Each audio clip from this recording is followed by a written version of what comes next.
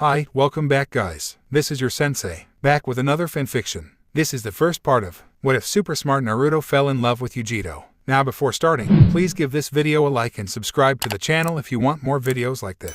Now let's get into the fanfic. Thinking. Biju, summon talk. Biju, summon think. Jutsu, the yondaime is here. Everyone continue, shouted a random jonin on the front. Now although this sounds like someone is invading the Hidden Leaf village, you're wrong, not someone. Something. Kyuubi appeared in the middle of the village less than 20 minutes ago and has been destroying things ever since, and no one has been able to stop it. Konoha's last chance stands with the 4th Hokage and whatever plan he has. Kuchio's no jutsu is heard above all else on the battlefield. Even the mighty Kyuubi stopped his rampage for a second to see what happened. There on top of the chief of the Toad's head Gamabunta was Minato Namikaze with a child in his hands. No one heard what he was saying to the child, but they saw the child, and this is where we start our story. Kyuubi, I know you escaped my wife and she is dying. That is not your fault. However, if you continue this line of attack even after I broke the person controlling you, then I will have no choice but to end this. Leave now and live in peace. ROAARRRRR came the reply from the giant fox. So be it. Gamabunta, hold him down so I can seal him. No verbal acknowledgement was needed between the two. They were the perfect team. One knew what the other was doing before they had done it, a skill rarely seen to this day within the shinobi world.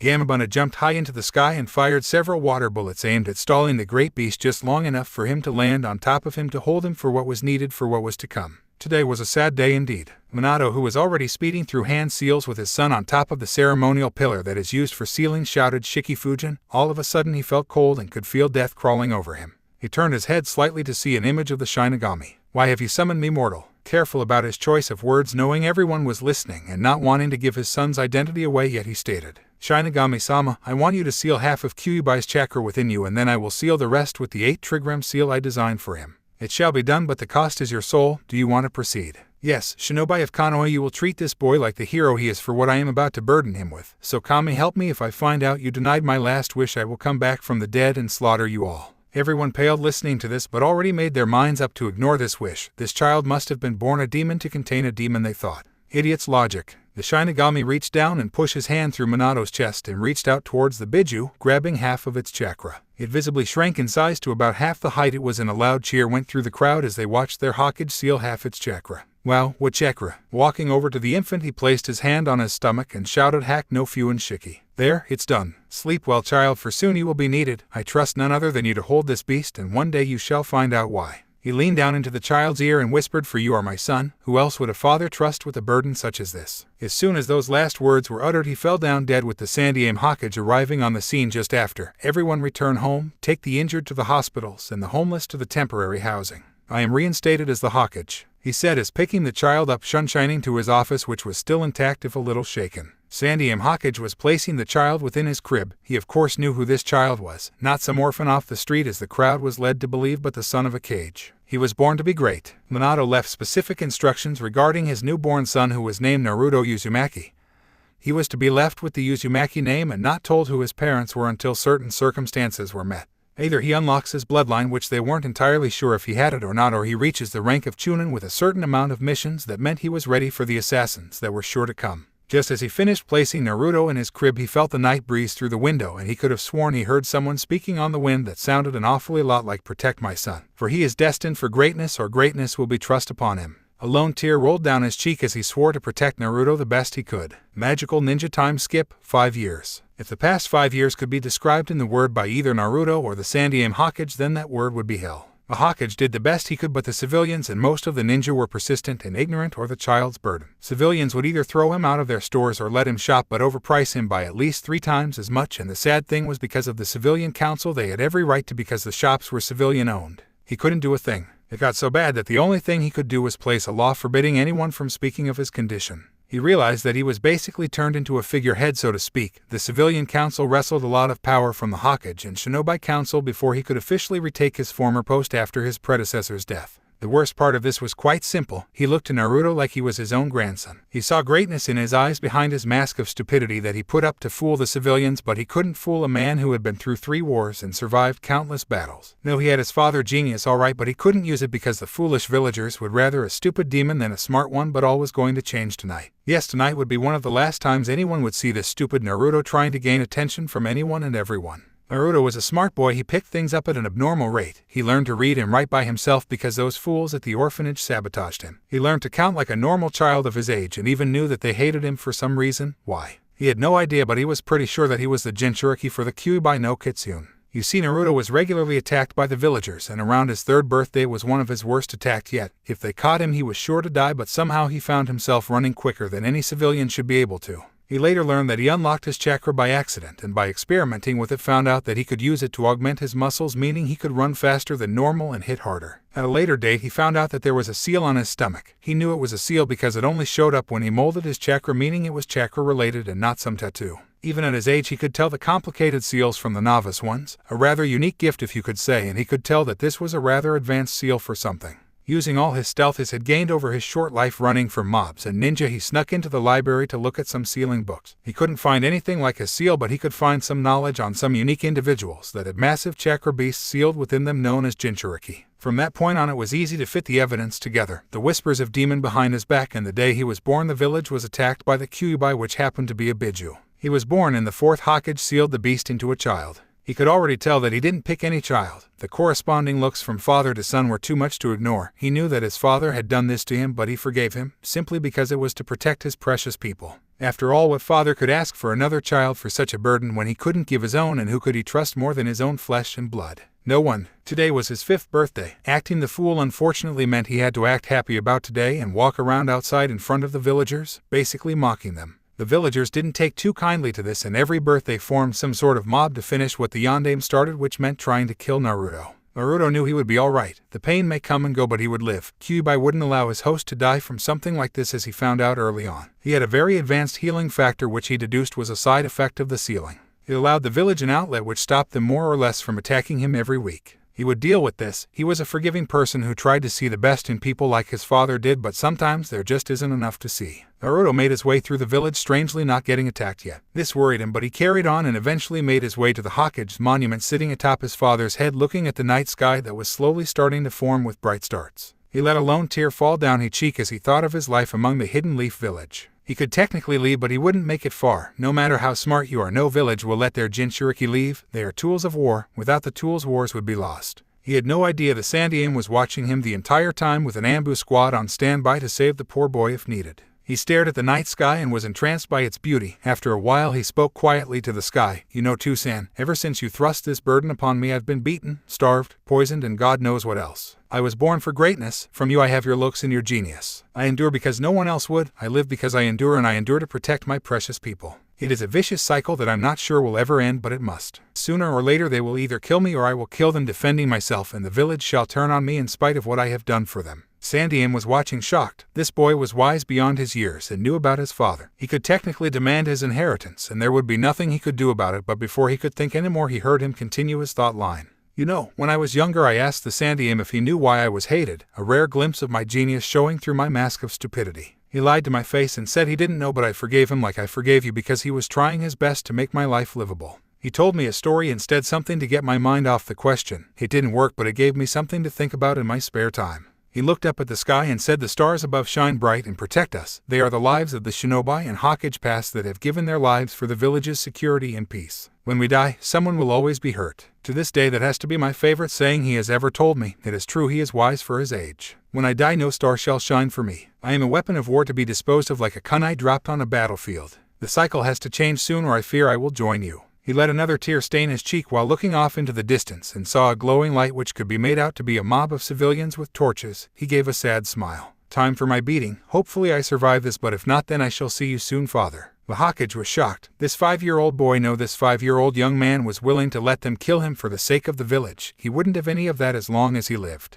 Hanbu. A team of 4 appeared before him: cat, dog, lizard, and crow. Yugao Yuzuki, Kakashi Haddock, Genma Shiranui, and finally a new recruit that was quickly rising through the ranks, Itachi Uchiha. "Yes, sir. A mob is about to attack Naruto Uzumaki. You are to make sure he survives. He is on top of the 4th head on the Hokage Mountain. Kill every civilian if needed to ensure his survival. The cycle changes tonight." He shouted the last bit while sounding incredibly sad. "Hi Hokage-sama," they said in unison. The Hokage slumped back into his chair, watching through the crystal ball whilst trying to justify his lack of intervention within the boy's life. "What have I done? Sure, I treat him like he's my own grandchild, but it's not enough. I'm sorry, Minato." The Hokage watched as Naruto waited. His Anbu would arrive soon, but it would be too late. This year everything changes. Naruto waited on top of the forest head for the mob to reach him. His face, impassive, suddenly changed to an unmatched smile that was hard to tell if faked, signifying his mask was in position. They arrived shouting at him. That's when he realized his mistake. Past birthdays he would lead them on a chase to thin the mob, but this year he was stuck in between a cliff and an angry mob. He was screwed. Looks like I'm coming to you sooner than expected, San.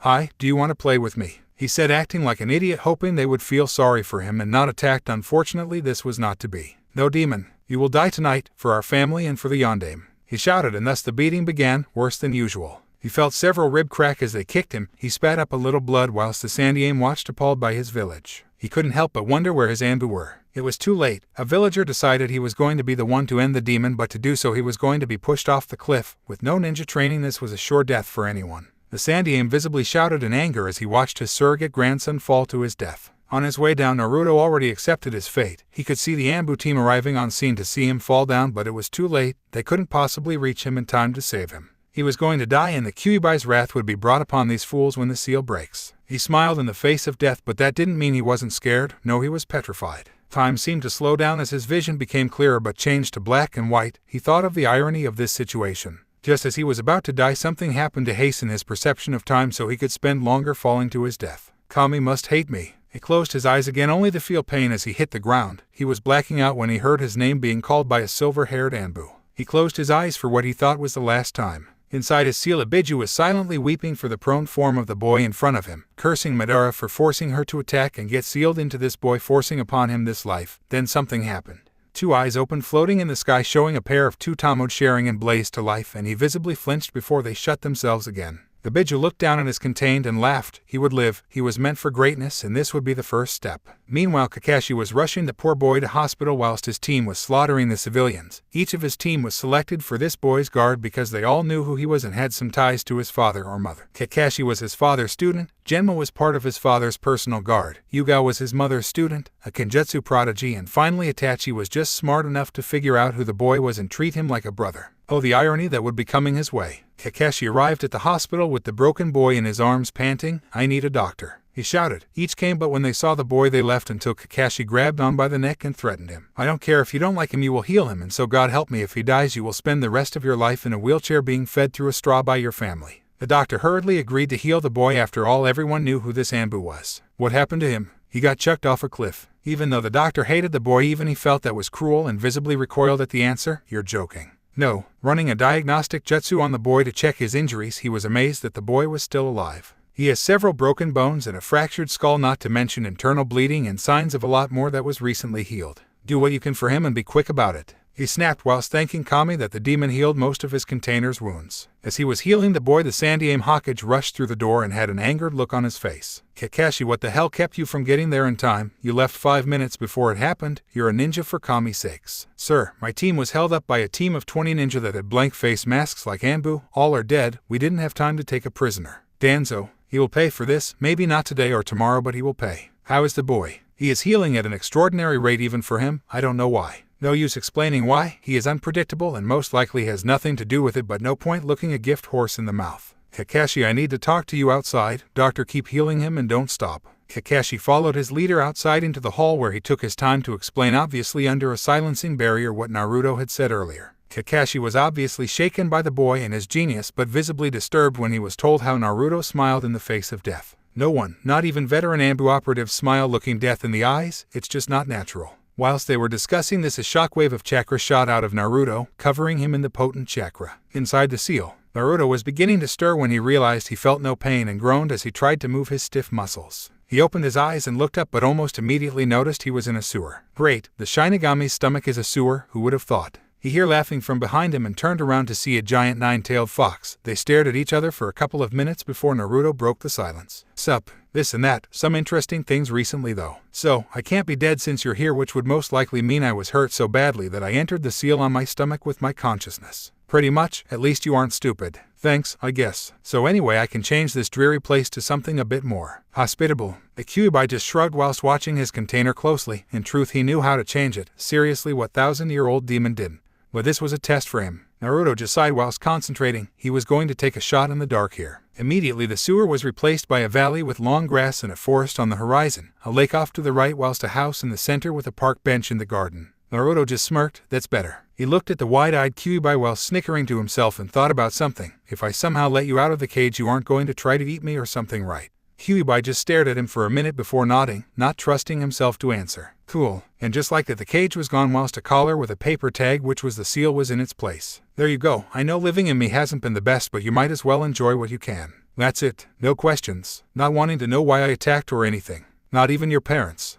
Why did you attack? And I know about my father, I mean seriously. Who the fuck doesn't notice a look-alike? But you can tell me about my mother if you want. Long story short, I was forced to attack after being ripped out of my previous container, who happens to be one of your mothers, and she died obviously because of the birthing but also because me being ripped out of her. I was forced to attack by Madara Uchiha, somehow still alive, but how I don't know. Well, that sucks. Wait, hold the phone. Did you say mothers as in plural as in I have two? How the fuck did that happen? Well, considering you're quite smart, I'll skip the bird and the bees and go straight to it. Having me and your mother with a seal that wasn't the correct type for her because it was rushed when I was being transferred to her from the previous container. Mito Uzumaki made her for a better choice of words. Baron. Will that happen to me? Will I be able to have kids when I'm older? Yes, your seal was also rushed, but it was designed with a lot of time beforehand. When your father found out she was pregnant, he always looked ahead in these types of things. Smart man. Okay, carry on. Well, you see, it goes like this. Just because she couldn't conceive a child didn't mean she couldn't give birth to one. Makoto Uchiha, your mother's best friend, donated an egg and it was implanted within Kushina. Your parents went and got down and dirty, and here you are. The beast smirked at his disgusted face of his parents having sex. So which one is my real mother? I would say both. One allowed conception whilst the other allowed birth. You also have a few perks from this, believe it or not. Like, well, first, earlier on tonight when you noticed time slow down, it wasn't Kami messing with you, it was your sharing and awaking.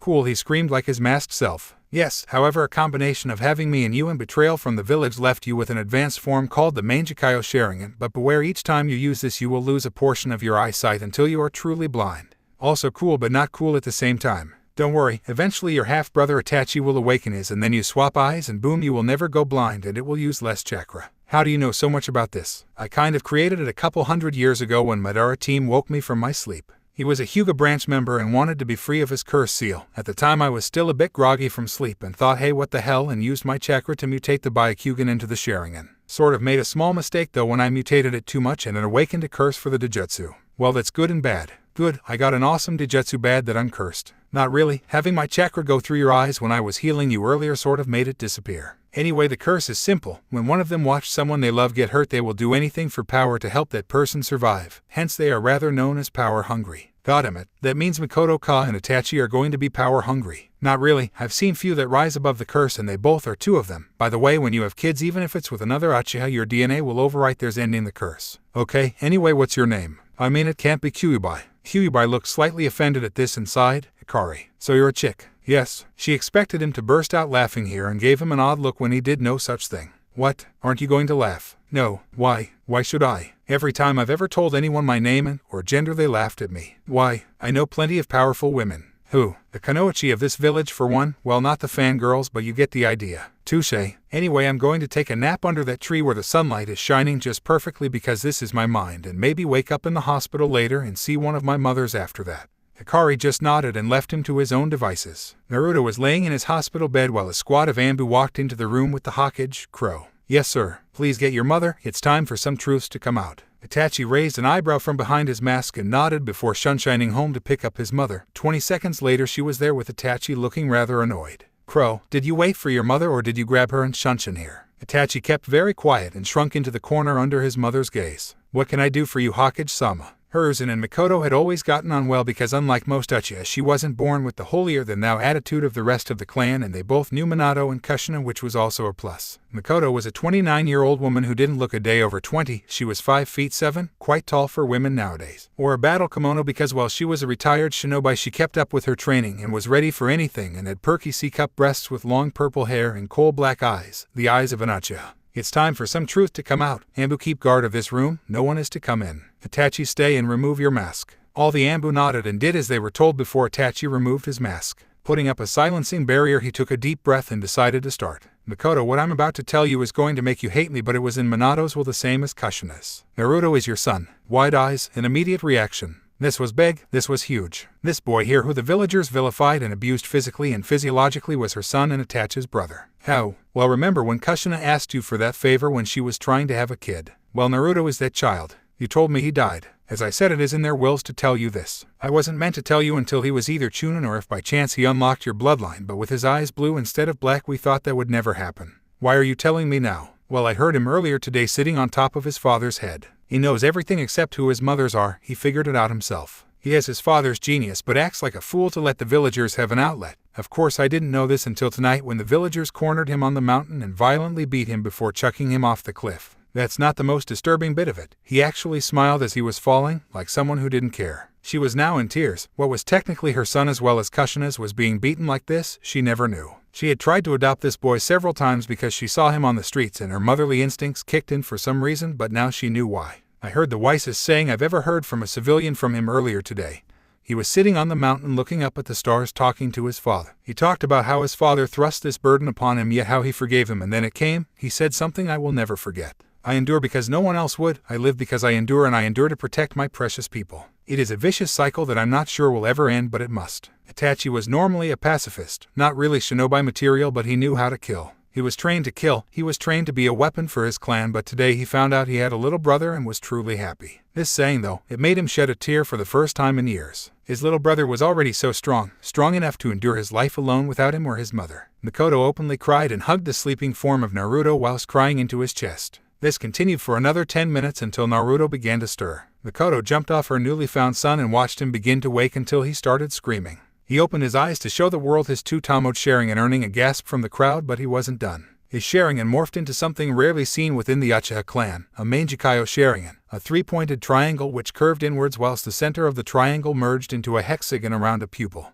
After a few minutes of screaming and being held down, he stopped and breathed a sigh of relief as the pain disappeared. He looked around the room and saw one of his Ambu guards with a strange woman that he has never met but also the Hokage. He stared at them for a minute before saying sup. They were all still staring at his new eyes and ignored him. Why are you staring at me? Ignored still, he started to get annoyed. Quit it. He saw them staring at him still and they seemed to be looking at his eyes. He felt some chakra drain which meant his Sharingan was active, so he cut the chakra and everyone suddenly snapped back to attention. Mikoto rushed him and hugged him tightly hoping that he was real. She squeezed until he let out a pained yelp and suddenly let go fearing she might hurt her son. Not that I don't appreciate the hug, but who are you? I know Itachi from behind the mask even if he doesn't think I do, and the Hokage, but you. She took a deep breath and said I'm your mother. He promptly fainted. They all laughed. 5 minutes later and he was back up and was rubbing his head. I could have sworn you said you were my mother. I did. So you must be Mikoto Uchiha. They all looked surprised by this. Yes, how did you know? And well, Kyuubi could see Kushina through the seal when she asked for your favor, and I also have the Sharingan and Mangekyo. By the way, did you know my mindscape was a sewer? That just wasn't cool. They all stared at him blankly. What? How long have you known?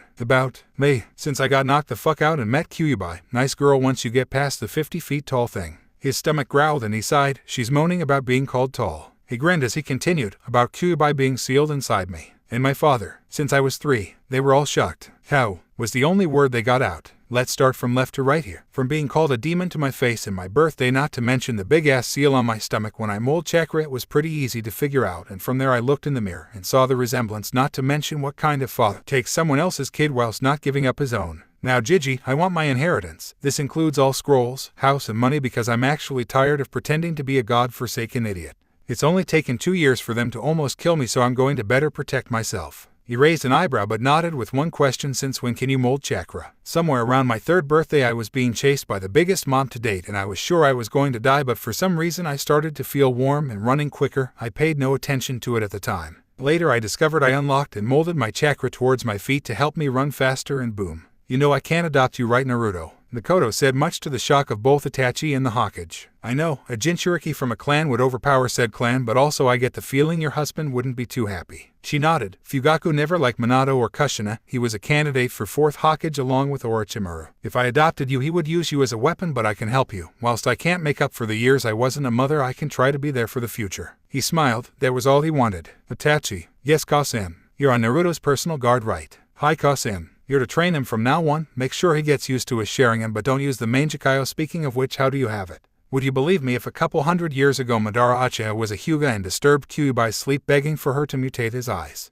Well, he did, and with her sealed inside me combined with the feeling of betrayal I had earlier, activated it. Also, I don't have the Dojutsu curse that the rest of the Uchiha have, nor do you or Itachi. She made a mistake when mutating his eyes or something and cursed the Dojutsu. The people who see a friend hurt or in danger become power-hungry to help said friend. I don't have it because she removed it and she said something about a 1 in 100 chance of not having the curse in your eyes, so congratulations. I'm not sure if you have any brothers or sisters, Itachi, so they might have it, sorry. Itachi just shook his head and replied, I have an adopted brother. Of course he thinks he is real and I treat him like my real brother, but he is my cousin. His parents died in the Kyuubi attack, so mother took him in. Naruto nodded and smiled at his mother, a true smile, and couldn't help smile in return. Anyway, get him physically fit before taijutsu training. Make sure he learns our style but also his father's, which I'm sure is part of his inheritance. Teach him a few basic jutsu for each element and make sure he understands that the Sharingan is only a tool, not a crutch. No son of mine is going to be dependent like that. Check if he is a genjutsu type as well, Itachi. If so, I will leave that training up to you because I'm not that type of shinobi and you are. Itachi nodded. All this time they didn't know that the Hokage had sent a shadow clone to his office except Naruto, who caught the hand seal. It came back through the door with a scroll. Naruto blinked. Old man, I think I might have done something. He raised an eyebrow and noticed his Sharingan was active by accident. My chakra control isn't the best at the moment due to my huge amount, so I kept my Sharingan active to see if I can better it, and I might have caught your hand seal for that jutsu. It feels weird, like I know it. Hiruzen nodded sagely. That's fine, you copied it with your Sharingan, one of the perks of it. I was going to give it to Itachi to teach you anyway with your high chakra capacity and all. He nodded and turned off his Sharingan. I don't like this, it will mean I copy from anyone and everyone. I don't want to copy from teammates and allies. Everyone present smiled. He was already getting the idea without them explaining it. That's my boy, Mikoto said in a proud voice. Copying from allies without permission can be a pain, but he gave you permission, so don't worry. Hiruzen was rather proud of the boy at the moment despite what had happened recently.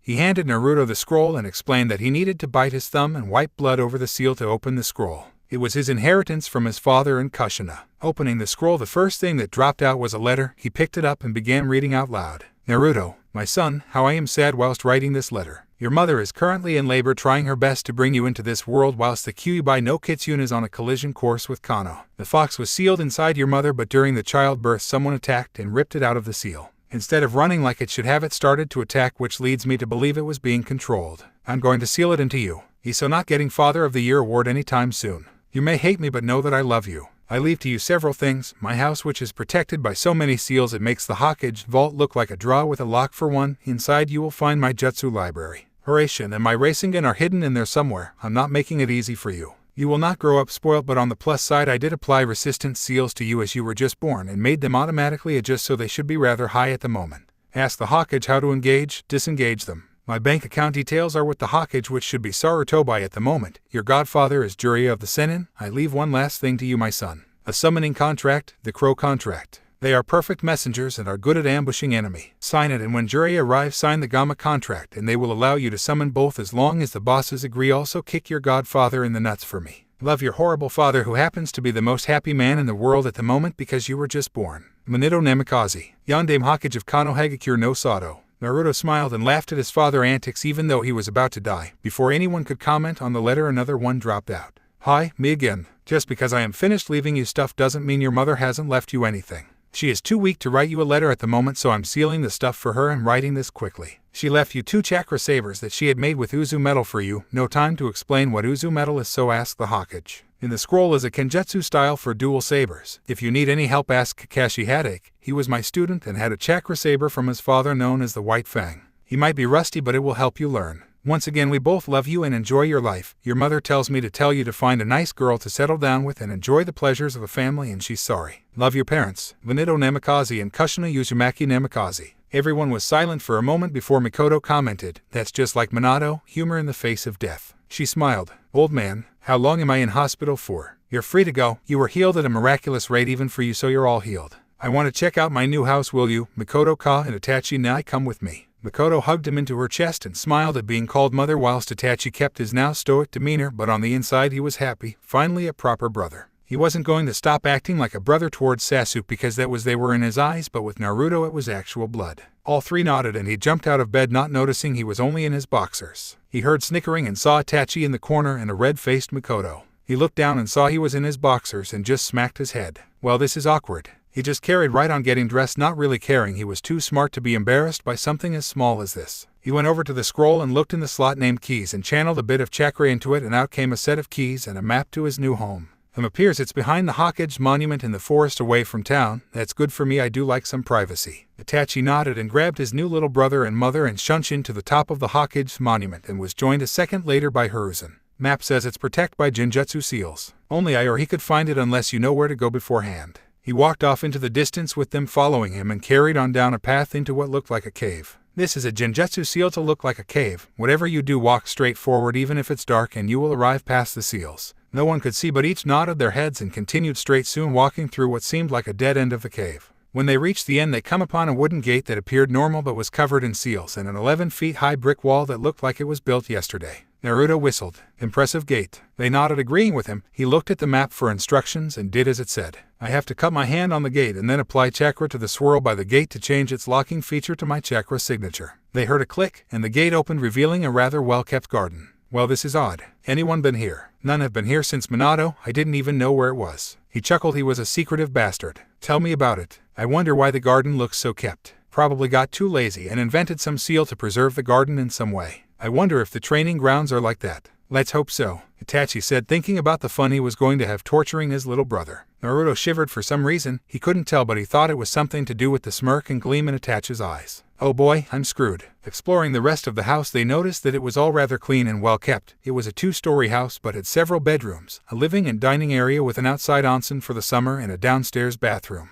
One of the bedrooms was converted to a small armory. Naruto openly gawked at his new home. It was better than any he had lived in before. He smiled at the portrait in the hallway of a several months pregnant Kushina and Minato with his arm wrapped around her protectively. The others came up behind him and smiled as well. They went outside to check the training grounds out back and found a large field that was covered with several dummies and logs, all with the same seals as before. Somehow I think I'm going to like it here. Makoto and Itachi smiled. It was getting pretty late now, about 11 at night, and after all the excitement today they were all pretty tired. I think I'm going to crash on some bed upstairs. You're welcome to stay if you want. Sorry, Sachai, I can't. I need to get back to the house so Fugaku doesn't moan. Otato, I have Ambu duty to finish. The Hokage has granted me leave starting tomorrow. I will be here with you to train you away from prying eyes, and Mother can check on us when she wants. Same in the Hokage. Okay, nice. And Naruto didn't notice Itachi's lips curve into a small smile, and Makoto openly smiled at the exchange. She knew how Itachi always wanted a little brother, but she didn't want another child with Fugaku for him to turn into a weapon or a Min Fugaku, which Sasuke was becoming.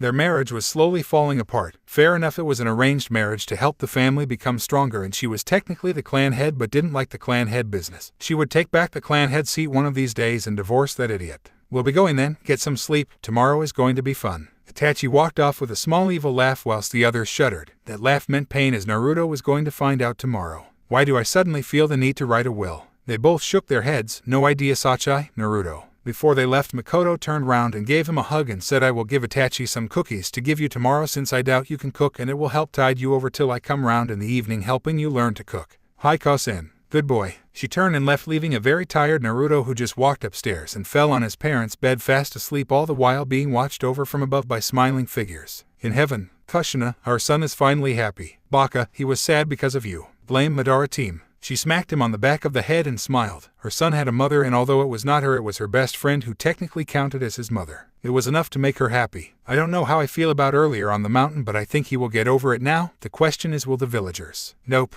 The next day, 7. Naruto was sleeping peacefully, fully dressed after yesterday, when he felt someone drop something on him and hit him in the stomach. He jumped up straight away, gasping for air that was knocked out of his lungs. He looked towards the attacker, ready to strike back, but calmed down once he saw the amused look of Itachi in Ambu gear without his mask. Hello, Otato. Hello, Nai-san. What time is it? 7. Naruto got wide eyes. What in Kami's name made you wake me up at this time? Still amused, he responded, well, I thought I would let you lay in. He got no response, and Naruto just looked down at what hit him. It was a set of chakra weights bands that went round his wrists, and adjusted the weight depending on the amount of chakra one puts through them. He raised an eyebrow. Seeing the unasked question, Itachi decided to elaborate. Just because you have had a resistance seal on you since birth is no reason to not try harder. Lesson 1. There is always someone better than you, so never stop training. He nodded and placed the weights on each wrist and leg. Good, now don't run chakra through them yet and follow me. He nodded once again and followed him out back to a big tree. Lesson 2. Power is nothing without control. You have raw power with your amount of chakra but no control. Learn control. Itachi seemed to grin. How? His grin threatened to split his face at this point in time.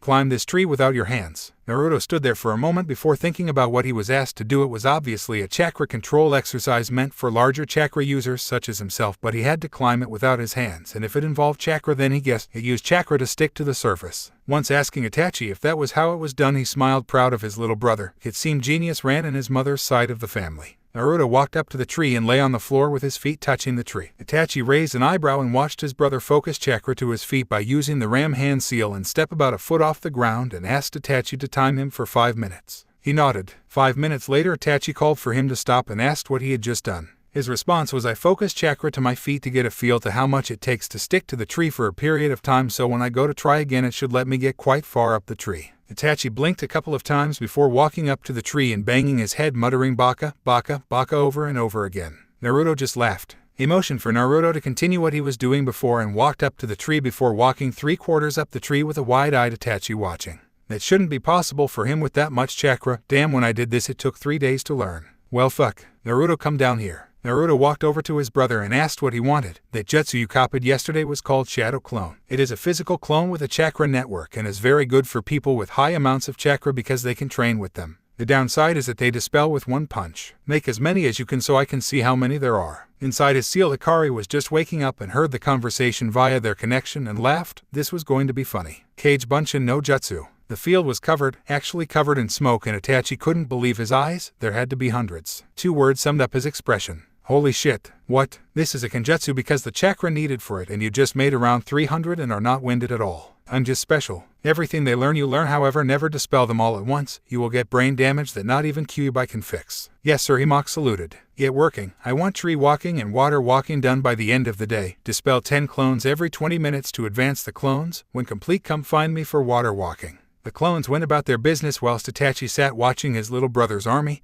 He was so proud of him already. He would make him strong enough to survive the world. 40 minutes later and 260 clones left. The original Naruto walked over to his brother. Finished, and I have 260 clones left. Follow me for water walking. He walked away to a small pond and watched his brother walk out onto the water. Water walking is a constant stream of chakra to your feet all the time, but it has to be ready to change at a moment's notice if you are on a moving river. Naruto nodded and asked his brother to stay there for a second. He agreed and watched as Naruto quickly activated his Sharingan and looked at his feet, smiled and deactivated it. He jumped on the water and fell in up to his shins. His brother was once again surprised and asked what he did this time. The Sharingan is a tool in a ninja's arsenal. We use tools as and when we need them. I watched your chakra flow to your feet and adjusted it to my size and height to get a head start. Itachi smiled. His brother was going to go far. Create 1 clone and dispel it so the information is distributed to the rest, and follow me, we need to talk. Nodding, he did as asked and then followed his brother into the house. What type of ninja do you want to be? Naruto raised an eyebrow. He was smart, but something like this escaped him.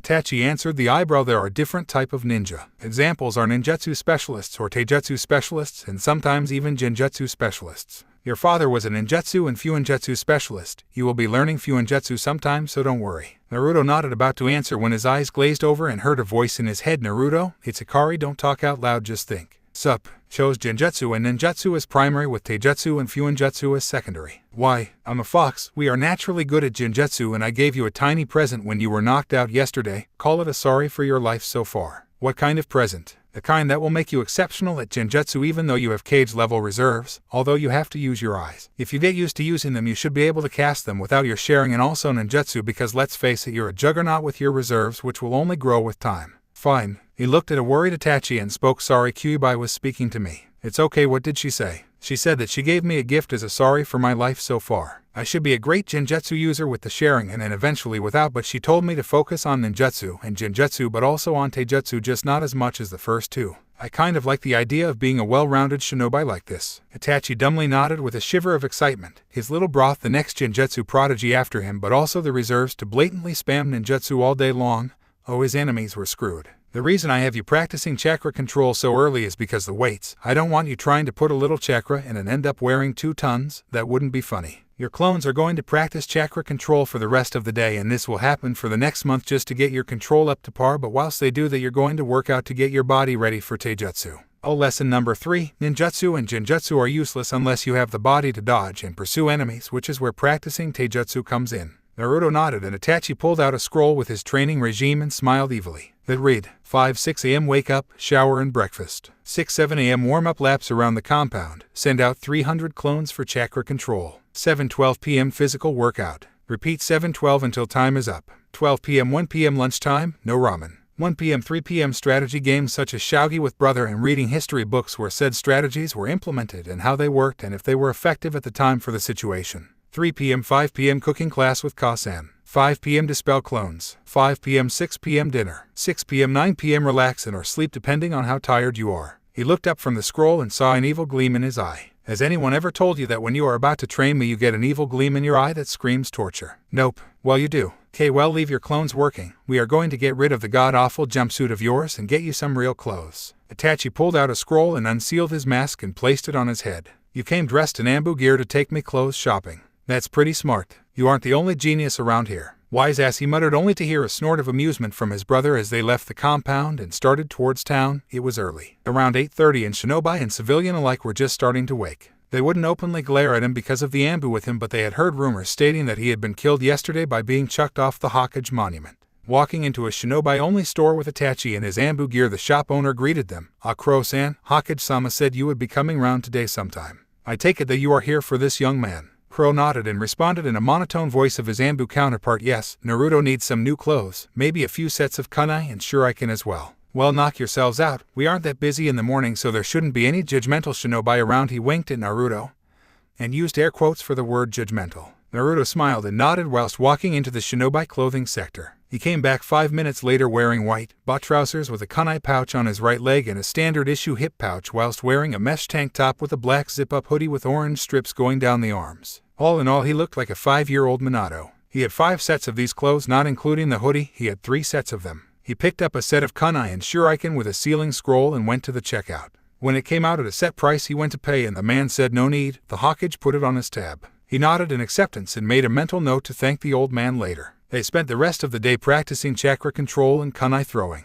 Itachi left again in the evening, but not without leaving him a bowl of cookies from their mother, obviously with one missing. Naruto was quite content with his new life within the past few days. He had family. He had met the Kyuubi and was on relatively good terms with her, well, good terms as you can get with a giant fox stuck in your gut, and he got to spend time with his older brother, but to top it all off, he was finally learning right, like he should have been from an early age. He was currently having a rather nice dream about ramen. Yes, although he acted like an idiot with a ramen addiction, he actually liked the food, just not all the time, but it was one of his favorite foods considering with the civilians not allowing him to shop at their establishments that he couldn't taste variety. His dream was suddenly called to a halt when he felt someone enter his bedroom. He reacted on his newly found instincts that were bashed into his skull by Itachi, and using his right hand he grabbed the person's wrists whilst with the left hand grabbed the kunai that he now slept with and poised to strike the intruder's throat with the kunai. He stopped an inch from the person to note an amused look on his older brother's face. "Gah, Itachi." Taking a note out of his younger brother's book, he replied simply, "Sup." "Got him, I could have hurt you." A snort from Itachi was all he got in reply, showing how little he knew. For the past 2 weeks Itachi had been training Naruto. He kept the training schedule the same but allotted a small period of time to teach him henge so he could buy produce from civilian shops without being chucked out of overpriced. Of course the stupid civilians couldn't tell the difference, but the ninja gave him some rather amused looks of respect for being able to use henge at his age. Naruto soon learned that Itachi was a nice person but cold to people he didn't know or if he was on a mission. To his family, however, he would protect them to the best of his ability. Naruto had come to respect it about the older boy. Mikoto came round every day and helped him learn how to cook, and like everything else he took to it rather quickly, learning all the basics of cooking and a balanced diet for growth, which was also important towards his taijutsu training.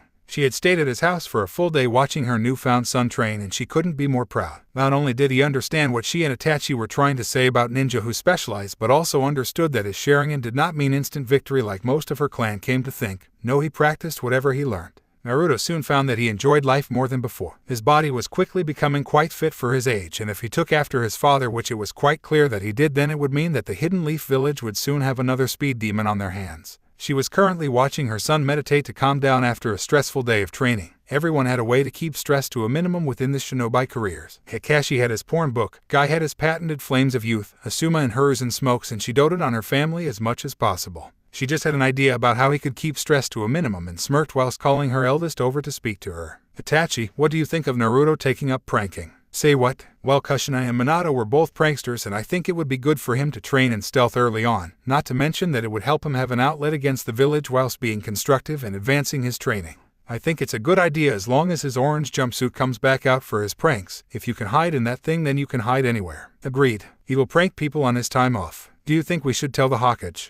Nah, I'm sure he will find out on his own. They both looked at each other and smirked before calling Naruto over to explain the situation. So let me get this straight, you want me to train my stealth by pranking people, wearing my orange jumpsuit? They both nodded and pretty much instantly regretted because he had a smirk that sent chills up their spines and heard an evil laugh with the sound of thunder behind him. They both had the same thoughts, what have we unleashed? They looked to each other and shrugged before going home and to bed whilst Naruto planned his first prank. A few days later they were all called into the Hokage's office and noticed the Ambu guards were struggling to keep in their laughter. The third Hokage was sat behind his desk in his battle armor. He smiled his grandfatherly smile and welcomed them. What can we do for you today, Hokage-sama? Well, you see, I seem to be having an issue with my Hokage robes and I thought you could shed some light onto this issue and how it occurred. They both nodded before he got up from his desk and led them to the cupboard in the corner of the room. Opening the cupboard, you could clearly see his normal Hokage robe and hat, except they were dyed neon orange. Instantly they burst out laughing, which happened to continue for another 5 minutes before they settled enough to talk to the Hokage. My bad, Itachi said. You're bad. Kind of. How so? Shifting slightly on the spot, he sighed. We wanted Naruto to train in stealth, so we told him to go pranking people in his orange jumpsuit without getting caught. Apparently you're his first victim. Do you have any idea what you've unleashed? He is exactly like Minato and Kushina when it comes to this. He won't ever stop. Oh, the paperwork. Both snuck away whilst his was crying anime tears with a sweat drop on the back of their heads. Pranks such as this continued for the rest of his training. 2 weeks later he had set up his title of Prankster from Hell. At the end of his 1-month physical training they stopped for a break whilst discussing what was going to happen next. Your physical training is up for the moment, but that doesn't mean you stop. You will increase your warm-up by double with the now chakra weights since your control is decent enough to use them without wearing 2 tons instantly. Naruto groaned. If his physical training was up, then what was he going to be doing now? Upon voicing his question, Itachi smiled and said that he was going to teach him a few basic jutsu from each element, but went into explaining elements. Elemental jutsu is a jutsu that is aligned to an element, allowing a person to use it easier. An example of this is most Uchiha have a fire element, which makes it easier to use the Great Fireball as a rite of passage for people within the clan. Some people have 1 or 2 elemental natures. Sometimes if you're lucky you get 3, but I doubt that will happen since it's like a 1 in 1,000 chance. Naruto raised an eyebrow at this as if to say, really? Before we start, tell me, what is the difference between learning a jutsu and mastering one? Naruto took a moment to think. Learning a jutsu is obviously learning the hand seals related to said jutsu and learning how to mold the chakra for it, so mastering the jutsu should have been 1 step above that. He voiced his confusion to his older brother, who smiled. Learning a jutsu is how to perform the jutsu, however, on a battlefield. If 2 people use the same jutsu with one of them mastering it to the point of not needing all the hand seals for the jutsu, then who would win? The master. Good, so I will show you one jutsu today and you will spend the next week with your shadow clones mastering it to the point that you need less hand seals. To do this you will need to use the jutsu hundreds of times and then feel how the chakra is molded within yourself. Once you know how to mold the chakra with hand seals, cut 1 seal down and continue until you get to the end of the week and then show me your progress, okay? Naruto smiled and nodded happily. Itachi started him on his first Katen jutsu. Katen, Gakukyu no Jutsu, is simple C-rank jutsu where the user gathers chakra in his, her lungs and sprays it out of their mouths in either a fireball or a constant stream or fire. And so the week passed with Naruto constantly spamming the C-rank jutsu. This not only helped him master the jutsu to a higher degree than normally, but they found out that his jutsu was stronger than normal, which indicated a strong fire nature. Naruto forcefully expanded his chakra reserves as well due to falling to chakra exhaustion nightly. The good thing about housing Kyuubi was that his chakra recovered quickly and allowed him to get up the next day and do the same. It came to the end of the week and Naruto was training around 8 hours a day with 200 clones. He dropped back from 300 because he wanted more chakra to be distributed to each clone. It was safe to say that Naruto had firmly mastered this jutsu to an extreme degree. Itachi and his mother were sitting on the ground watching him and called him over. Naruto, you spent the past week training with 200 clones on this jutsu. Tell me, how far have you come? Naruto smiled and explained, I got it down from 7 hand seals to 2, but for some reason I couldn't get past the last one. Both older Uchihas smiled at him, a smile that was full of pride. Mikoto chose to explain, Naruto, you will never be able to get to the last seal. No one can unless they have an incredibly high affinity for fire, as is the same for any other jutsu. You have mastered this jutsu, so show us how good it is. Naruto smiled and ran over to the dummy that was 25 feet away from his family. He didn't want them getting hurt, obviously, and made 2 hand seals and took a deep breath. Exploding from his mouth was a fireball that looked like a miniature sun, 13 feet wide. The dummy never stood a chance. He turned round to see his mother and brother clapping and couldn't help but smile at them. He had worked hard for this and his determination had paid off. Well done, Otato, I'm proud of you. Arigato Nai-san. And what more is that you've just broken a record previously held by me. That jutsu is a rite of passage within the Uchiha clan. I was the youngest to learn it ever at 7 years old. You beat it and now hold the record, congratulations. Mikoto was watching the exchange with pride in her eyes, although she wasn't sure if anyone would ever know that he was her son until he felt ready to tell the world. She was proud of him. This is how the next 2 months went. He learnt 4 other jutsu within that time and mastered 2 of them to the same degree except his lightning jutsu. His lightning jutsu was incredibly strong, which led them to believe that he had a primary lightning affinity which a secondary wind and fire, all of which were incredibly strong offensive elements, but he lacked a defensive element. This didn't stop him from learning any defensive techniques with the Sharingan and then practicing them still. An example of an earth technique that he learned was quite simply Daten Doryoheki, which was a standard earth wall that was pushed up from within the air with the user slamming his hands into the ground. This is a B-class jutsu, so no matter what, it took a considerable chunk of chakra for anyone to perform this, but for someone aligned to a different affinity, let alone the opposite of Daten, then it would easily eat twice as much chakra. Naruto continued with this technique with 200 shadow clones for 2 weeks instead of 1 and eventually got it down to the point where he could use it with the normal chakra consumption rate but had to use the full amount of seals necessary. He also learned a water jutsu that required a nearby water source to envelop the user in a barrier of water to protect against a fire technique. The more chakra you pump into it, the more water is used, thus providing a decent defense for most fire techniques. Naruto kept up his physical training as well, and Itachi finally decided he was fit enough to learn some of the Uchiha clan's fighting style known as the Interceptor Fist, which was designed based around the Sharingan and its predictive abilities. Itachi also explained that the Interceptor Fist was also designed to train a Sharingan user's eyesight to advance their Sharingan anywhere from 1 to 3 tama, which naturally made Naruto happy because although he had his Sharingan activated, he still only had 2 tama in each eye and was hoping to get to the 3rd tama sometime next year by the time he started the academy. Itachi explained that even though their mother was a retired Jonin, she was quite famous within Konoha and the resounding nations for her use of Genjutsu, with the Interceptor Fist allowing her to quickly end her opponents. Because she was a retired Jonin, she wasn't allowed to teach shinobi, but Naruto was a civilian, so she had until he graduated to get him ready with her style. They began by going through the style's basics, footing, movement, and how the style was supposed to be used. The enemy was to attack first and you were to respond quickly thanks to the Sharingan and quickly disable them. Naruto clearly stated that he didn't want to use clones to boost his taijutsu prowess with this style because although they could use muscle memory to advance quickly, he wanted to learn his family styles without what he considered cheating. A week later he had the basics down. He could stand and fight at a basic level of a newly graduated Uchiha Genin, which was something for his age. He practiced for hours on end, only using shadow clones when he finally got the katas down himself, so it wasn't cheating when learning but keeping his skills fresh. He found the work grueling, and when he almost gave up, he continued with the thought of getting better to protect his precious people. He would not give up, not again. Itachi and Mikoto were both watching him as per usual and having a small discussion about him. I swear genius runs in your side of the family, Kasen. Yes, well, he has his father as well who was a genius, so I suppose it's only natural. I would label him a prodigy at the rate he learns, but we both know he wouldn't like to be labeled as such. And what do you think of his taijutsu? I think he has learned as much as possible until he grows taller. We forget his is only 5, so he isn't tall enough for the more advanced goddess. Genjutsu then? Yes, I think we will work on his genjutsu and chakra control until he is about 8.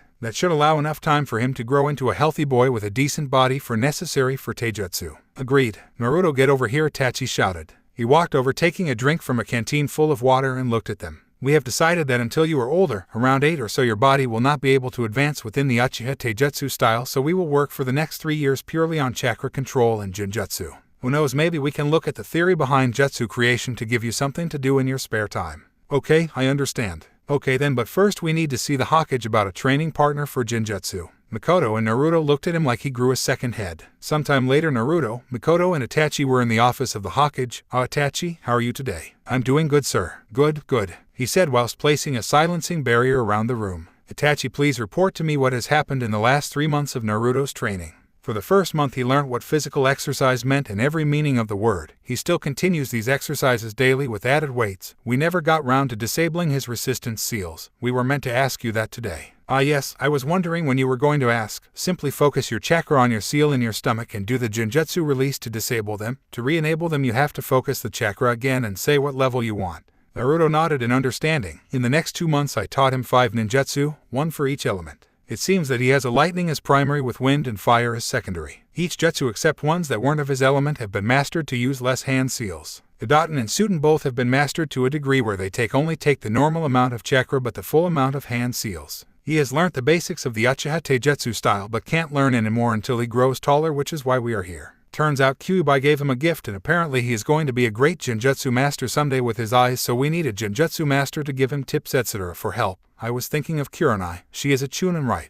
He nodded in understanding. Yes, I will call her right away to help, but understand if she doesn't agree to keep it secret then she won't be helping. Understood. Anbu, find me Kurenai Yuhai and bring her here. 5 minutes later and in walked a 5'2", 13-year-old version of Kurenai Yuhai, dress and all. Ah, Kurenai-chan, thank you for coming. She walked in nervously whilst eyeing the people in the room. She knew the little boy, of course, who didn't know him, and she knew Itachi, the prodigy of prodigies, but didn't know the woman. Kurenai, this is Naruto Uzumaki, Mikoto Uchiha, and Itachi Uchiha. Hello. We were wondering if you would like to take part in training a budding Genjutsu master for the next 3 years. Of course, it would be in the village and it would be secretive and whatnot, so whatever happens is an S-class secret between you, them and me. Understand? Hi Hokage-sama, I would love to help another Genjutsu user. Who is it? He smirked in amusement as Naruto stepped forward and waved in a Kakashi-like manner. Sup? Is this a joke? What were you expecting? I don't know, but not a 5-year-old. This 5-year-old will be better than you in Genjutsu by the time he is your age. Her mouth fell open. How is that possible? She worked relentlessly on her chakra control. How is that possible? I worked for years to get the control necessary for Genjutsu.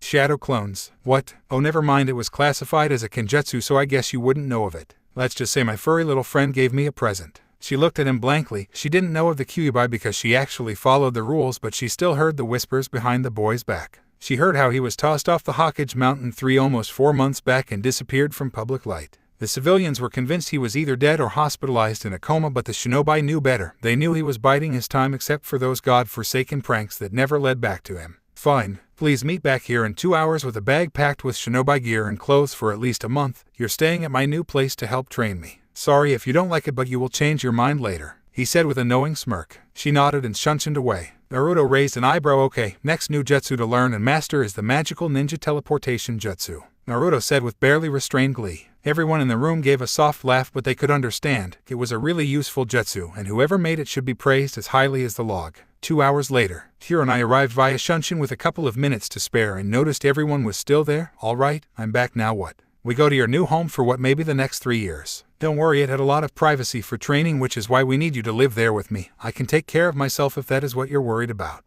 I cook, clean and tidy up after myself and have for the past 3 months, so I won't get in your way. She nodded. In truth, that was exactly what she was worried about. She didn't care about training the boy, to be honest. If he was going to be as big as they said, then he would get trained, but she didn't want to act like a paternal figure to some 5-year-old. Before leaving, Naruto turned round to the Hokage and gave a little wave. See you in a few weeks, old man. Itachi grabbed Naruto whilst Mikoto grabbed Kurenai and Shunshin to the gate of his house. They went through the process of unlocking it and locking it again. Kurenai was amazed at the seals present on the gate and wasn't entirely sure of what to expect. Walking through the gate, she openly gaped at the house and the surrounding area. Kurenai, I will show you to your room and then we can have a nice long chat about some secrets that must remain secret, but you will know them because you need to. Understood. Kurenai followed Naruto upstairs and showed her to the room across from his. She walked past the family portrait and raised an eyebrow at the picture of the 4th Hokage and some woman. Here we go. Join us downstairs in a couple of minutes and we will explain several things and give you a tour of the house. She nodded and proceeded to unpack his stuff whilst Naruto walked downstairs. 5 minutes later she joined them.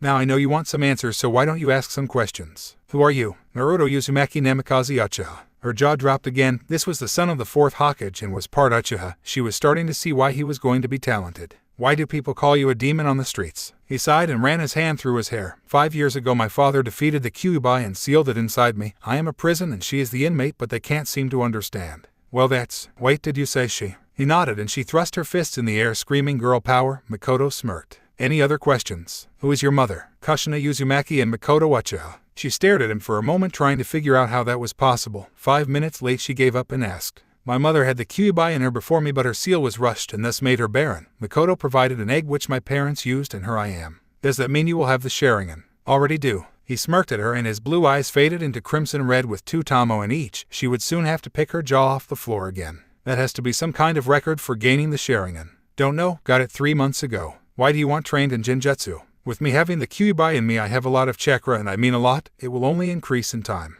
However, Kyuubi felt bad for my life for the first 5 years since I had beatings etc., so she gave me a little gift. Apparently I will be a supreme Genjutsu user with enough chakra to spam high-level ninjutsu all day long. I don't need trained in Genjutsu at the moment, just how to break them and maybe some help with chakra control or a spar with Genjutsu every now and then, because all my Genjutsu will be eye-based at the moment until I get better at them. She nodded dumbly. She felt kind of cheated since he was apparently given a gift by Kyuubi, but she understood. Ninja use everything at their disposal. You understand that everything you heard today and from now on in this house is an S-rank secret. Add to that the fact that my lineage is a SS rank secret. If you tell anyone except the Hokage that you are training me or what, and you will be executed. Please don't, you're too pretty to be beheaded. She blushed whilst both Mikoto and Itachi raised an eyebrow at their son. Brother, he was going to be trouble later down the line. Fine. This house is protected by seals for privacy. They were made by my father. The house itself has several bedrooms, bathrooms, and outside onsen, training grounds that repair themselves once again due to seals, a library that I'm not allowed to enter until I'm older apparently,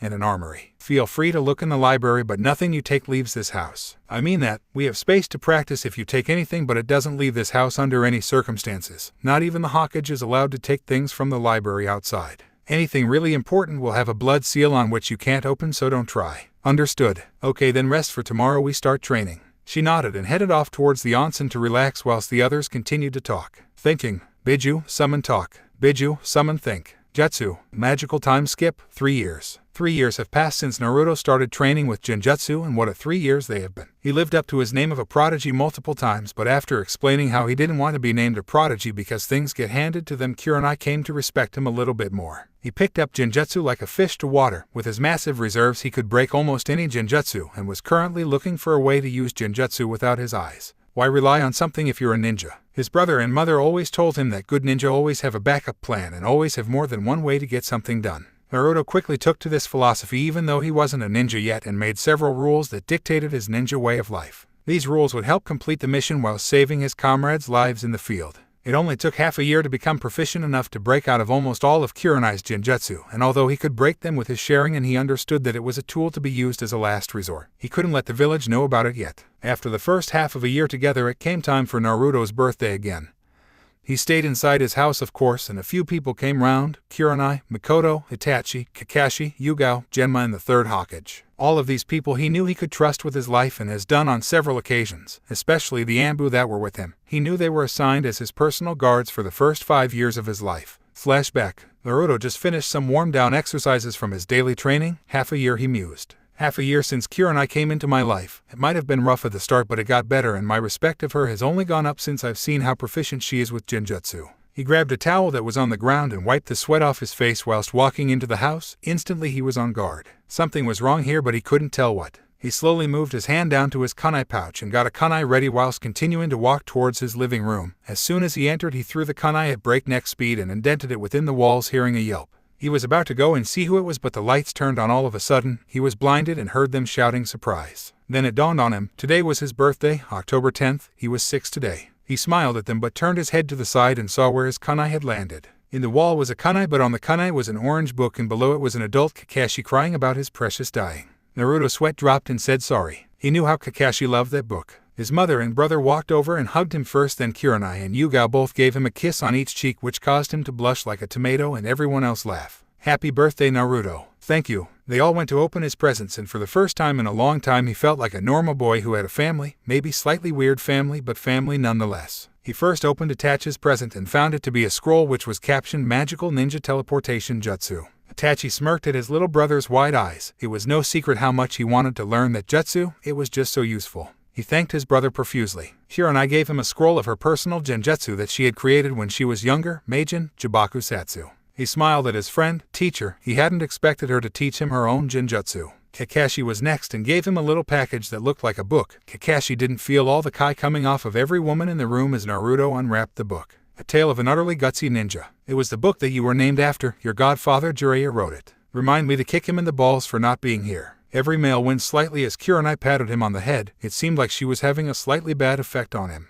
Mikoto gave him a basic fire jutsu that shot several small fireballs out of a person's mouth at a target. Genma gave him one of his dad's three-pronged kunai and explained that it was given to him by his father and he was sure that he would want him to have it. Yugao gave him a book on how to keep his chakra sabers clean and maintained and promised him a spar when he started learning. The third Hokage went last and gave him 2 books, one on jutsu creation and one on the more advanced basics of Fuin jutsu. He smiled and hugged his surrogate grandfather figure. The night went on and everyone had a great time. All were invited to stay the night, but everyone declined, saying they had work in the morning. Naruto nodded and allowed them to leave, but not before thanking each of them again. Flashback end. It would be another 2 months until the academy started. Although he continued his genjutsu training, he made an extra 20 clones every day to practice his new ninja magic teleportation jutsu, which he soon found out was called a shunshin or body flicker jutsu. He once again showed them his genius and had it down within the first day but kept practicing it. He felt that he could go fast and further the more he practiced. After 2 weeks non-stop practice with his clones, he found out something weird. When he would flicker away, there would be a bolt of lightning strike off his body. He soon found out that he was using an elemental body flicker on instinct, which to him was amazing considering he hadn't learned to properly transform his chakra into elemental chakra yet. He was too young still. He summarized that it was because he had such a high affinity to lightning that he could almost do it naturally,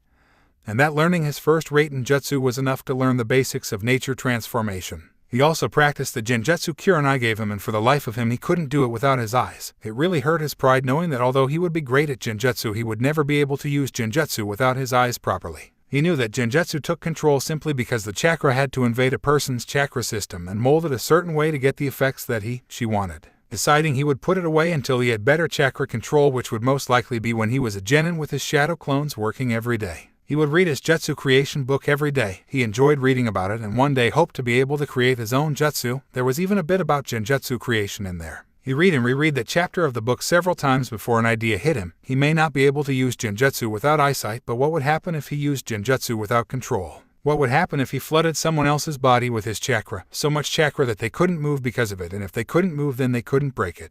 Even if they could move, he doubted they could release it because the genjutsu release method needs a high chakra level that the chakra that was introduced to her system, and even if they could move it would still slow down their movements. He smiled at this thought. He could create a nin-genjutsu hybrid such as this for people who had such a high level of chakra that they would never be able to use genjutsu effectively. This could be a start of a revolutionary breakthrough with genjutsu. He immediately sent out 500 clones to work on it, and 6 weeks later he had it down so he could use it to an efficient level. He was so proud of himself and kept it secret from everyone until he asked Kurenai, Itachi, and Makoto to come with him to the Hokage's office. They obviously agreed because when he dragged them there they knew it was important. Naruto was happy as he could be at the moment, and the others didn't understand why. Maybe it was the academy starting tomorrow. Hikari was sitting inside the seal by the lake watching through her container's eyes and was quite happy with what he had done. She saw potential for this jutsu against any Uchiha he ever had to fight and was glad he made this early on. If his chakra levels increased then this would help him against Madara when the time came for them to eventually fight. Barging through the door, Naruto had a smile on his face, and the Anbu guards did nothing since they all had outstanding orders to let him through at all times. "Hello Naruto-kun, why are you so happy? I created a new jutsu."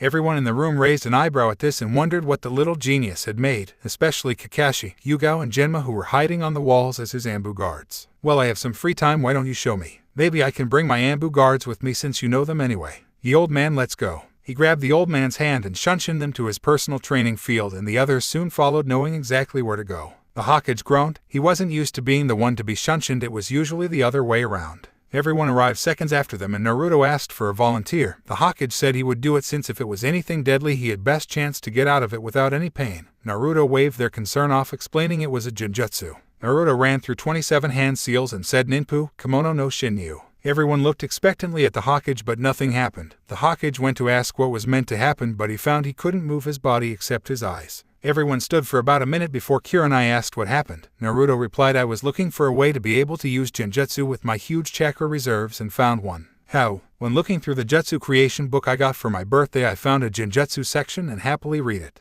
I remembered the explanation from Kurenai and Itachi about how genjutsu took control to invade someone else's chakra system and manipulate it to make them see what they want them to see. I took this a step further. I figured that if anyone has such chakra as me without the control needed, then we should still be able to invade someone else's chakra system but not control it. This is the finished product. I invade someone's chakra system with so much chakra that they are paralyzed, and even if by some miracle that they can move, they won't be able to break it due to the amount of chakra in their system." He stopped the flow of chakra to the Hokage system as he fell to the ground panting. "Damn, that is deadly. How much chakra did you put in my system?" "About 50 kg bunchins worth. I'm labeling that in a rank genjutsu due to the chakra usage. I'm guessing you can put more chakra into it as well." He nodded. That was the minimum amount of chakra for it to work. They were all shocked. Also, it wasn't purely genjutsu, it's a nin-genjutsu hybrid. "Why? Okay, Ka-san, Nai-san, don't take this the wrong way, but it kind of has a secondary effect of making a jutsu useless whilst a person is under the jutsu." They both looked at each other before asking in unison how. Naruto sighed. "It invades the chakra network, even if you have a sharing and you can't dispel it because of the amount of chakra it uses. It's the same aspect of the Nidame's Bringer of Darkness genjutsu, except mine can use more chakra." Everyone was amazed by this, and Naruto just smiled at his creation. He accidentally created a sharing and proof genjutsu that can be used against them.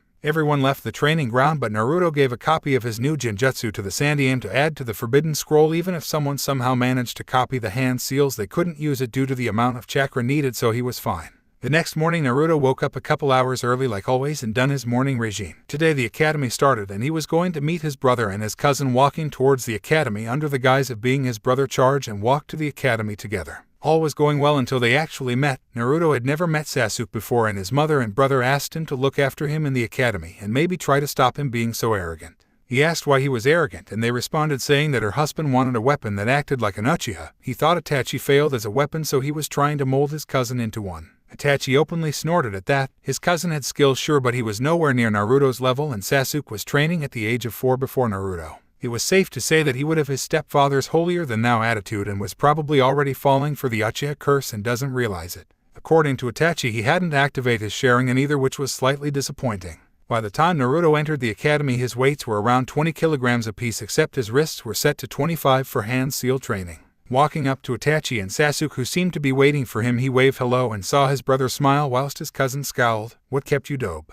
Naruto inwardly growled, not wanting to start something, and just ignored it. "Itachi, thank you for waiting for me. I'm sorry I took so long, but on the way here I met Kakashi and he took me for a tour on the road to life. Unfortunately, we got lost together and had to find our way back." Itachi fell mid-step, mumbling something about Kakashi being a bad influence and how he was going to hide his Ika books. Across town, Kakashi felt a shiver go down his spine. "I feel a disturbance in the force. Must be Naruto getting me in trouble again. Let's go, we don't want to be late, right?" They both nodded and walked towards the academy in a comfortable silence, ignoring the glares towards Naruto. It seemed that after almost a year the civilians realized that he wasn't dead but changed his clothes. Idiots. His older brother warned him of things in the academy being extremely slow and one of the worst fates that young men can befall: fangirls. Naruto had already talked to his mother about this, and she explained that fangirls were the worst of the worst, and if he ever considered dating one she would knock some sense into him. He had already decided to be the dead last of the class before it even started to provide the villagers some more time when they think that he is stupid to provide some sort of comfort. When he told the Hokage about this, he agreed with his decision and praised the fact that he was thinking ahead, which was a skill quite a few shinobi still lack.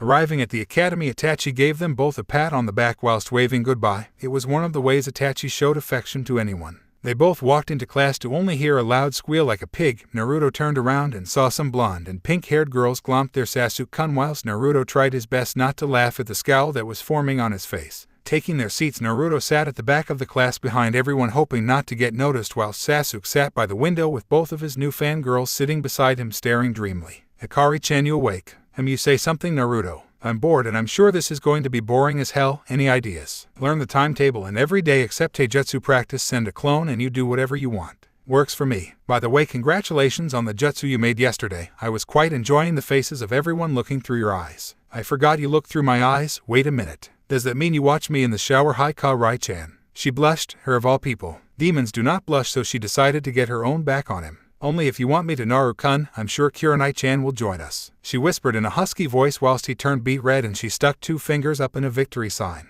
Note to self: never try to flirt with a 1,000-year-old demon. Naruto was pulled out of his thoughts when a man walked in and sat at the front of the class. "Hello class, my name is Iruka." Naruto tuned out here, and at break time, after finding out about his timetable, he created a shadow clone with enough juice to last the day. It whined about why he had to be the one to go to class, but eventually did it on the condition that he can act like a moron playing pranks. And this is how the next 2 years passed. Naruto would train whilst his clone would go to the academy. He would only go on taijutsu days, but as soon as that was over he would sneak away again. The hidden Ambu found this rather amusing to watch because he was a kid and knew the shadow clone jutsu. From his clone's memories, Naruto noticed that Sasuke was getting rather agitated lately and asked what was wrong, but all he got was "none of your business, dope." Of course, he already knew what was happening because of his mother and brother, and he was inclined to agree with them on the matter. It turned out that the Uchiha clan was split down the middle. Some were not happy with things since Hikari attacked, and others just didn't care. They were planning a coup against the Hokage and the council to take control of everything, and in the end use Naruto as a weapon. Like hell was Itachi, and Mikoto let them do that.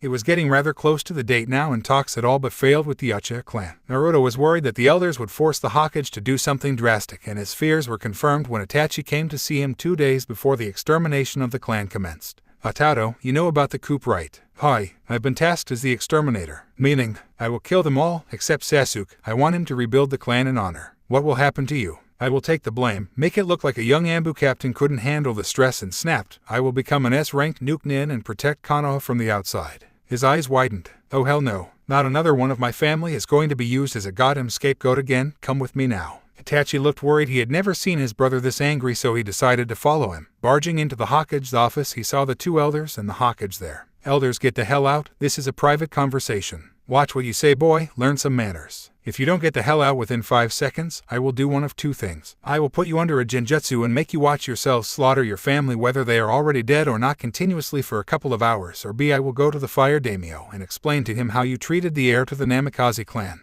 Which will it be? Everyone in the room paled, the elders because they didn't think the boy knew how to do either, or the fact that he knew about his parents. Without a doubt he just made his life harder, but they nodded and left. The Anbu were secretly praising the ball on this boy. He would make a fine ninja one day. Activating his Sharingan that was now finally fully mature due to the amount of rage that he was feeling at the moment, and then shifting into his Mangekyo Sharingan, Sarutobi gulped. It was obvious that Naruto didn't care about the Anbu in the room, so the Hokage quickly put a silencing seal up so only the Anbu could hear this conversation. Anbu, whatever you see or hear you will never repeat or you will die. Which one of the elders' bright idea was it to use my brother as a scapegoat for this fucking village? Hers, and gulped. Even with the boy's Mangekyo Sharingan blazing, he could tell that this was all like his father when he was angry. Danzo, that fool who still runs Root. How did you know about that? Don't take me for a fool, I see them following me trying to find a way to make me into a weapon for him. Sarutobi was seething now. You have some of his goons in lockup, right? Yes, we've been trying to get the seal off of them that prevents them from talking about Danzo. Why, let me explain this to you first. If you ever, and I mean ever, use one of my family for any type of scapegoat for this village like I was, so God help me the council and this village will not be safe from my wrath. Do you understand?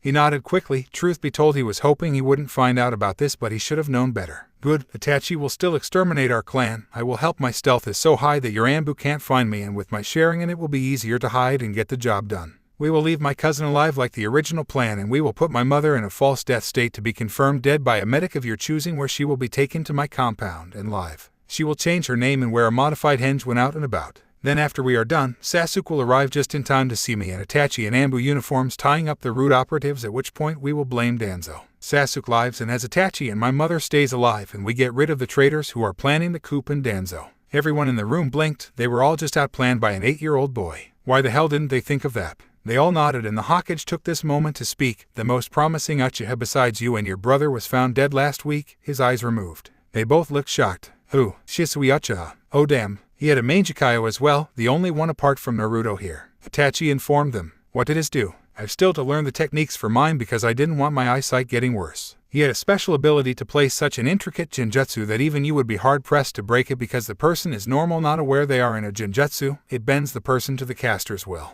Naruto's eyes reverted to his 3-Tamod Sharingan. Sounds like a useful tool for politics. And you have a point anyway. If you are going to be helping Itachi tonight, even though I don't want you to, but I doubt you will listen to me, and since you are a civilian I don't have control over you, and if I don't catch you in the act then I can simply ignore it.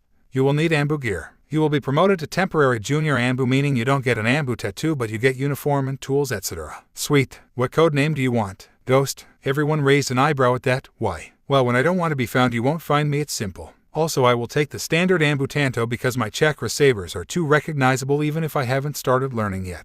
The Hokage activated a seal on his desk and a secret door opened. Inside were masks of previous and yet to be used Anbu masks. Take on. Walking through the hall he was finding some nice masks, but none felt right until he found a dusty one right at the end. It looked like no one touched it in years. He understood as soon as he saw it. A pure black mask with reed markings on each cheek and above the eyes, proving to be a fox mask. He smiled. No one picked this mask and the mask picked him. Picking it up he walked over to the Hokage, who looked at it and nodded in his choice. After all, it was understandable. The Hokage gave him his uniform and it was way too big, but he put it on anyway and it seemed to suck some of his chakra and resize. He looked at Itachi and the Hokage and they both answered the unasked question. One size fits all. How do I look? He asked with his uniform and mask on. Itachi was the first to reply like a soldier. Good. When is the coup taking place? Tomorrow night at 2 in the morning. How are we going to get Sasuke out of there for this to happen? The Hokage raised his hand like he was back at the academy. I will assign him a trainer for the night and tell him even the best ninja train at night and that it is what you do, Itachi, and he will do it. I will make sure he ends the session at 5 to 2 in the morning, so make sure to have it all done by then.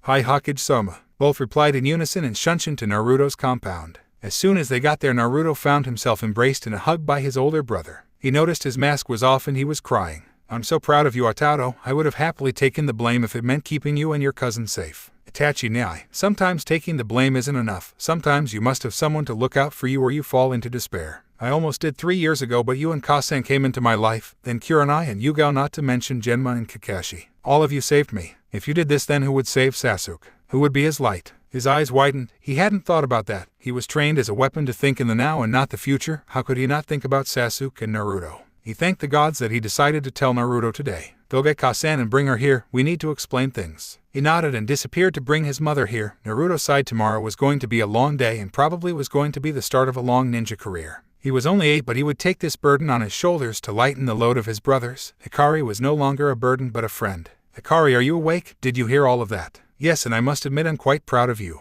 Thank you. What do you think about all of this? The Uchiha clan was doomed to fail as soon as I gave them their eyes. It's just luck that it happens to be when you were here so your brother and mother don't suffer. Thank you, Hikari-chan. You always make me feel better when it comes to things like this. What are friends for? Please be on standby tomorrow night in case I need rapid healing. Something might go wrong with this plan of mine. You got it. Just as she said that, Itachi arrived with their mother, who was looking rather flustered at being pulled aside rather quickly. Alright, you two, what's going on, and why the hell am my baby boy in Anbu uniform? Naruto sighed and started his tale. You know of the coup that's happening tomorrow night. Well, it's not happening now. Makoto brightened up at this and asked why. Itachi and Naruto looked at each other before sighing. They do that way too much at the moment. The honorable elders coaxed Sarutobi into exterminating the clan. You would have died even though you had nothing to do with the coup and were against it, and the only one that would be left is Itachi and Sasuke, but Itachi would be held responsible and turned Nuke Nin, protecting Konoha from the outside. He would be registered as an active ninja with wonder rights like the Sannin, except he would be classified at SSS ranking in secrecy. She looked shocked and looked at Itachi to see him still crying from earlier. I'm sensing a but here. But he told me beforehand that I might have threatened the elders and Hokage into submission with a new and better plan.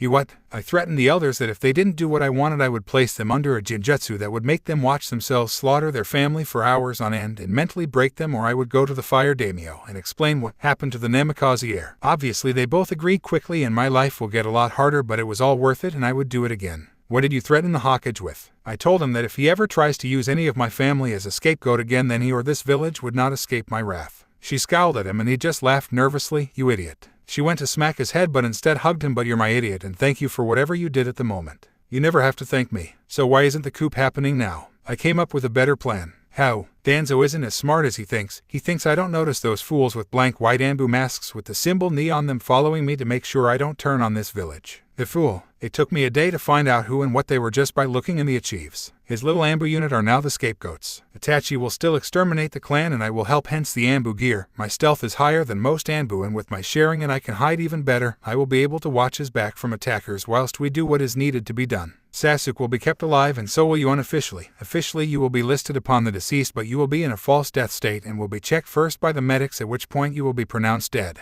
You will move in here, change your name and wear a modified henge outside. Only a few will know of your existence. You will be for all terms and purposes dead, and another woman will arrive to adopt me, which will be you. Itachi will look after Sasuke and I will keep an eye on him as well. Sasuke will be training with a personal trainer from the Hokage at night with the excuse that it is what Itachi did to get stronger, since we all know he wants to beat Itachi. He will finish at 5 to 2 in the morning when me and Itachi finish with the clan. He will arrive just as we finish tying up the ones responsible, which are the 5 root agents we have in holding. Danzo will be forced to flee or die, and the Uchiha clan lives on. Makoto stood there with wide eyes at the plan. How long did it take you to come up with this? 5 minutes. Once I heard who it was that coaxed the extermination. It was Danzo, so he must have something to gain, and I'm thinking that it is all the sharing and eyes, so me and Itachi will be sealing up their bodies as we go to prevent any of them getting into the wrong hands. It will be played off as Danzo trying to gain more power, and the secret will be held with us. Danzo won't talk because although he wants to be Hokage, he still loves this village even if he doesn't show it. She hugged her 2 sons at the same time and cried, I'm sorry you two have to do this. No one should have to do something like this. It is for the good of the village and we will still have each other. She nodded and they parted ways, getting ready for tomorrow night. They sighed yet again. This was going to be a long 2 nights and he hoped that he could live with what he had to do. Crow, are you ready? Hi Ghost, you are my backup. Watch my back. Killing is allowed, but only do it if you need to protect me or if one is about to blow our cover. These are not our family, remember that. Family doesn't betray family. Hi Nice-san. The old man has cleared the route for entry for us, and all Anbu know to stay away from this sector tonight. It is currently 10 p.m. We have just under 3 hours to do this. Let's get it done. Seconds turned to minutes. Minutes turned to hours as the night went on. Blood was everywhere but no bodies. They couldn't take the chance that they were being followed by Danzo and his men. 2.5 hours later they finished all but Itachi's immediate family. They both looked at each other and gave a tired nod before jumping to the roof. They still had half an hour before the coup took place and Sasuke was nowhere in sight, which they were thankful for. Dropping from the roof and hanging from the ceiling via chakra, they watched as their mother and father were sitting down talking. She was stalling.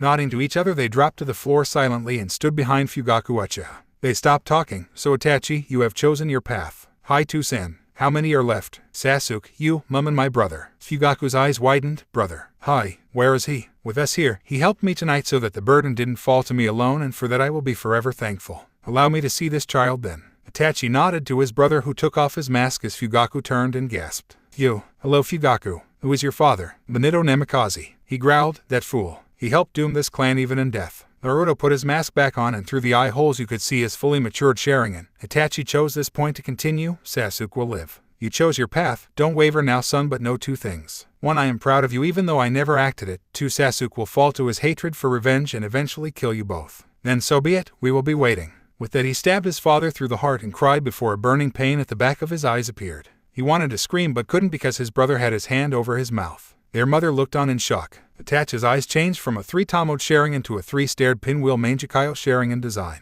Itachi calmed down after a moment and his brother hugged him. Welcome to the club. He nodded, understanding what happened. They turned to their mother. I'm going to hit you in your neck. When you wake up you will be in my house and I will probably be asleep, okay? She nodded. Ka-san, I'm sorry what has happened tonight and I love you. I love you too as well. She felt a sharp pain in her neck and noticed a small senbon piercing it before she blacked out. Leave her here, but remove the senbon and place some blood on her chest so it looks like we stabbed her through her heart as well, so the doctors won't check the wound. Naruto nodded and did as told. I'm sorry I let you activate your Mangekyo. I knew it would happen, but I honestly felt that it was you who had to be the one to do what was needed for your father. I will always be here for you, my brother. He nodded, satisfied with the answer. Shall we meet our cousin outside in about 2 minutes? Yes, we need to set up the stage still, right?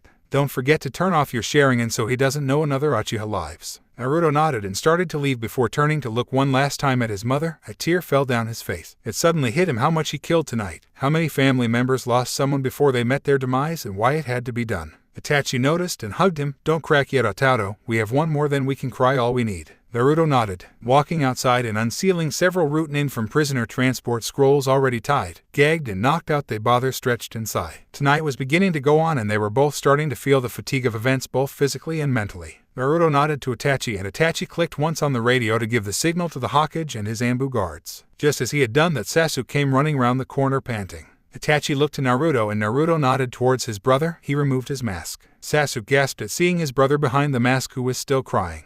What have you done, Itachi? Saved your life. What? Our clan has been massacred. Me and this Anbu beside me were patrolling when they were finishing and we subdued them. They would have come for you if we hadn't stopped them. What about Ka-san? Toussaint? Dead. Everyone is dead. This was killing both Itachi and Sasuke. Itachi had to do his best not to act guilty and keep his emotions in check, and Sasuke just learnt that his family has been torn apart, that he is one of the last Uchiha. Before either could comment, Itachi put his mask back on and stood at attention, the same as Naruto. The Hokage had arrived with his 3 guards, Kakashi, Genma and Yugao. They all knew who were behind the masks and were shocked at the scene they fell into. Kakashi had trouble believing his best friend's clan had been exterminated, even though he knew it was true, and Genma and Yugao both had trouble believing that Naruto had done this with Itachi. None would voice the concerns. Naruto sped behind Sasuke and hit the back of his neck, knocking him out. There was no need to hear this. Crow, Ghost, report. Both Anbu took off their masks and looked up to show the group their tear-filled eyes, and the group instantly understood. For Itachi it was killing his kinsmen, but for Naruto it was his first kill, but not just one, several.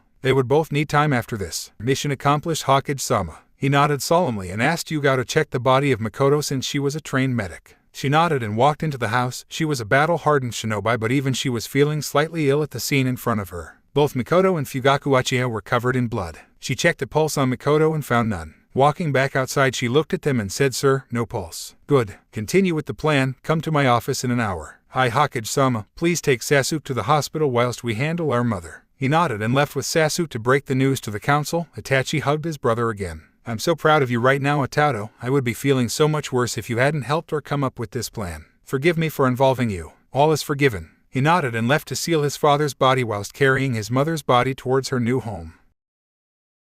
Thinking. Biju, summon talk. Biju, summon think. Jutsu. Last time. He nodded and left with Sasuke to break the news to the council. Itachi hugged his brother again. I'm so proud of you right now, Otato. I would be feeling so much worse if you hadn't helped or come up with this plan. Forgive me for involving you. All is forgiven. He nodded and left to seal his father's body whilst carrying his mother's body towards her new home. Now, running through the village in his Ambu gear, Naruto was contemplating the night that had left his both physically and emotionally drained to the point of collapse. No one but the higher-ups in Ambu would know what they did. The Hokage made sure of that. They were his clan, but they weren't his family. He did what he needed to save his family, and he would do it again if needed as long as his family survived. Landing in front of his compound in Mikoto's new house, Naruto and Itachi took her inside and lay her on the sofa. They would need to get her some new clothes, but everything would be alright.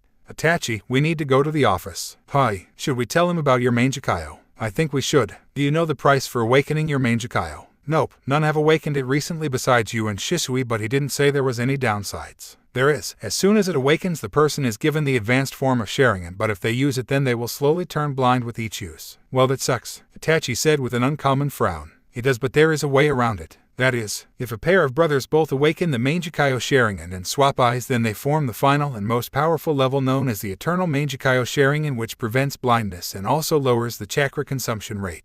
Is that why you didn't stop me from awakening it? That's correct. I felt we could better protect our family if we both had this, but I don't want to make this feel as if I manipulated you. You would have awoken it anyway if you'd done the mission by yourself. He nodded before sunshining to the Hokage's tower and entering the Hokage's office to find Hiruzen Sarutobi, the two elders, and a certain Warhawk. Naruto followed closely behind in his uniform with his mask on hiding his face. The elders eyed him warily, not knowing who he is or if they should trust him. Report. Mission success. We sealed the bodies of the clan away so no one could steal their eyes, and everyone was taken out save for Sasuke. Good, good, he said, eyeing Danzo, who was frowning at the moment. Sir, something happened whilst we were completing the mission. Everyone raised an eyebrow at that. What could have happened? The mission seemed like it was set up perfectly. What? A group of 5 nin in Ambu gear wearing blank masks tried to steal the Sharingans from the bodies before we sealed them. We subdued them and they are currently in the T&I department getting a once-over, but it appears there is a seal in place to stop them talking. Danzo's one eye widened. He had ordered no such mission to go ahead yet. It was meant to be later after everything died down a bit. He could practically feel the smugness coming off of Sarutobi and the Ambu both in front of him and hidden. This led him to a conclusion. He had been set up like he was trying to get Itachi set up. Despite everything that was going to happen and all the time spent getting his plans ready to take over from the Hokage, he had to admit. He had been played quite well, and whosoever plan this was had been made quite quickly, and he respected the fact that he was outplayed. He would have to run from Konoha, leaving behind everything that he had worked for. Danzo was livid. He decided that he had to leave now and told the Hokage that he had to get ready for the council meeting, which was a load of horse shit, but it got him out of there. The Hokage watched the retreating form of Danzo and smirked whilst his advisors were less than happy. They had just lost a key player in the political arena and were hoping to gain another when they remembered the young Namikaze heir, but he didn't seem that easy to manipulate.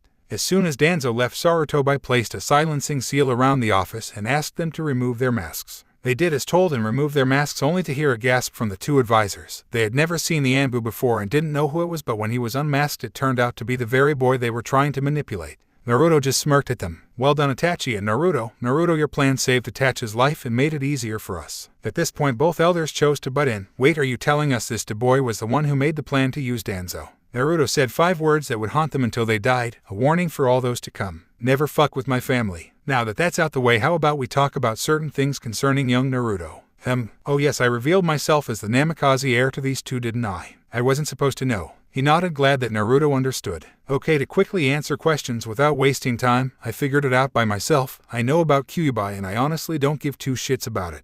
Now 2 things are going to happen. 1, you're not going to tell anyone I know about my heritage, and 2, you will cease all your backstabbing attempts to get me as a weapon for Konoha. I will be a ninja and under the current Cage's command, not yours. They both just nodded dumbly. They had been outplayed by an 8-year-old boy. What was this world coming to? It's currently 5 in the morning. Me and Itachi have both been up for a day and a half planning how to deal with the coup when we were actually doing the fighting, so I'm going home to sleep. Itachi, you are coming with me. Sasuke is in the hospital, so there is no need for you to go home just yet with all the blood everywhere. Thank you. He just nodded and they both left the Hokage and his advisors in the office. I hope you two realize how much you have fucked up when it comes to that boy. Sarutobi, we did what was best for the village. Fools, the both of you. If he ever turned on the village, he could have killed us all by simply releasing the Kyuubi, not to mention he is a civilian. He could leave and take his clan with him, which would not only weaken Konoha but Konoha's economy as well due to the amount of buildings his family owns. It was at this precise moment they both realized just who they had been trying to screw over. He was literally royalty to the village even if they didn't know it. Magical ninja time skip, 1 week. It had been a week since the massacre. Sasuke stayed in hospital for 2 days from mental stress, as they put it, but in reality it was a favor from the Hokage allowing Itachi time with Naruto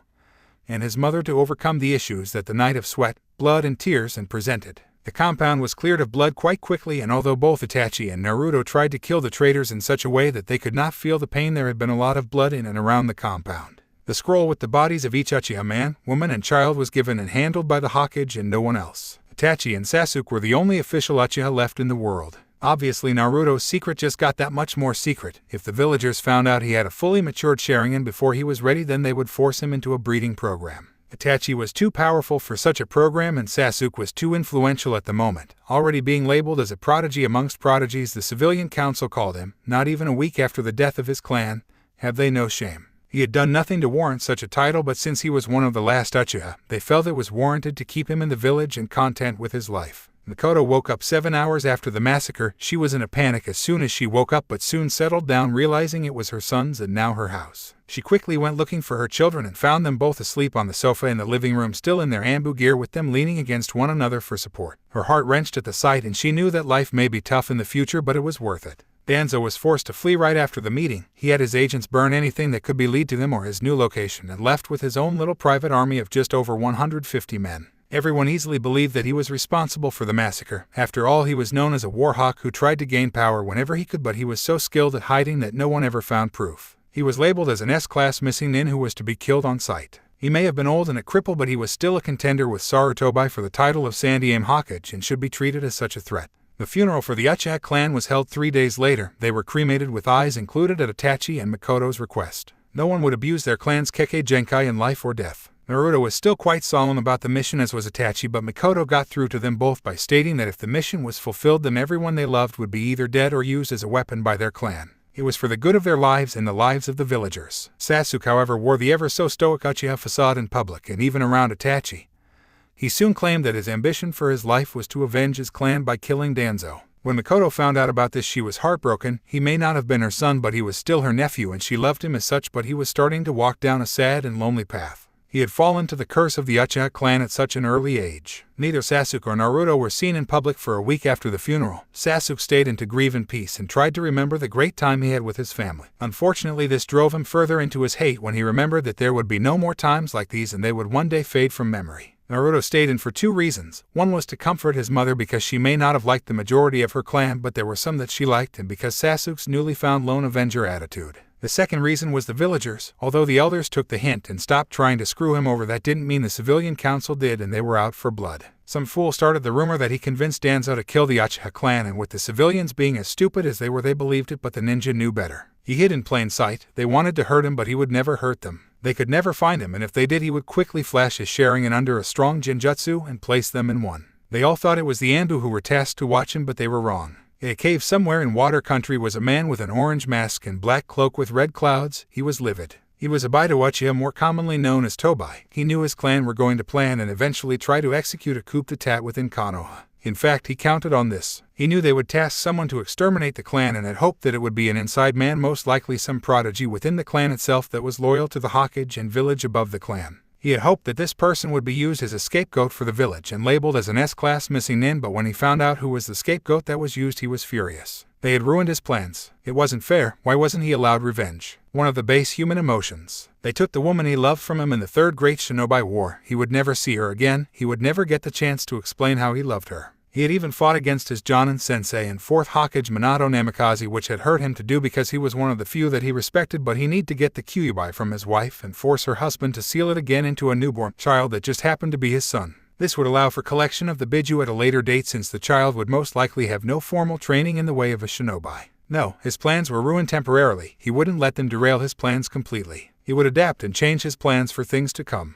The Jubai would be revived if only to be sealed inside himself, thus allowing him to gain the Dojutsu of the Sage of the Six Paths. People speculated that it was a side effect of the beast being sealed inside of him. The Dojutsu of the Sage, the Rinnegan, was said to have control over life and death. He would bring his beloved back at all costs. None knew he was alive, and all that did thought he was Madara Uchiha. What fools. Oblivious of a madman's plans, Naruto was currently attending his first day back at school after his mission. He was slightly happier today than recent days. He had been determined to say sorry to Sasuke about his clan, and that if he ever needed to talk, that he was here for him like any half-decent friend, but that was not to be. Sasuke strode into the class with an attitude that was worse than the Hyuga's holier-than-thou attitude. He sulked in the corner, clearly not even close to over what happened to him. He looked at Naruto with a critical eye. Naruto was sweating under his gaze, hoping that he didn't make out the fact that he was the Anbu who was with Itachi that night. His hopes were realized when Sasuke turned away from Naruto and continued to sulk. His fangirl base only increased, and for that even Naruto was sorry. He had heard from Itachi how Sasuke was and felt quite bad for doing what needed done, but he reminded himself that they were going to hurt his loved ones and Itachi was going to be used and thrown away by this village like a used tissue.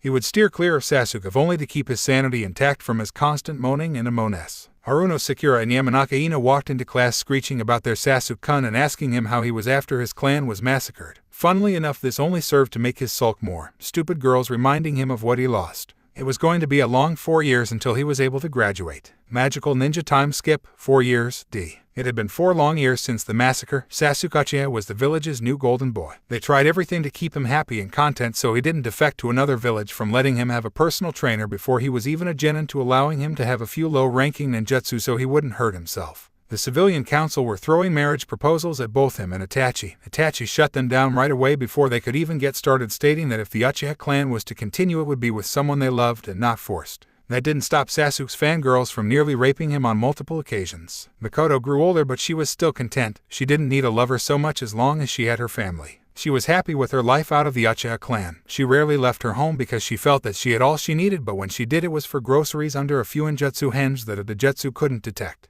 She still didn't stop worrying about her nephew. She asked about him a lot, and she got Naruto and Itachi to keep an eye on him. He had asked that Itachi train him when he was younger. He didn't like the answer he got. Itachi stated that as long as he wanted revenge against Danzo, that he would never train him because he was fighting for the wrong reasons. This made him angry and he moaned to the civilian council about it. In fact, they called him for a meeting with the council and asked him why he refused to train his brother. He responded by saying, "This is clan business, stay out of it." Of course, they hated him for this response. They thought he was jealous because they labeled an average ninja a prodigy that was to surpass Itachi. What a joke. Itachi had resigned from Anbu 2 years after the massacre. He felt that he had given enough for his village and wanted more time for his family. They weren't happy about this because he was so skilled, and to lose him then it would weaken Konoha as a whole, but accepted it nonetheless. Naruto had changed the most. He still wore the same outfit he had when he met his family, albeit in a bigger size. He had adopted the same personality as Itachi. He was cold and calculating in public and with people he didn't like, but with people he liked and his family or those he loved, he was a kind and gentle man who would do anything to protect them. He and Kurenai grew closer due to their love of Genjutsu, and when he turned 12 he actually asked her out on a date. She said when he made Chunin she would go.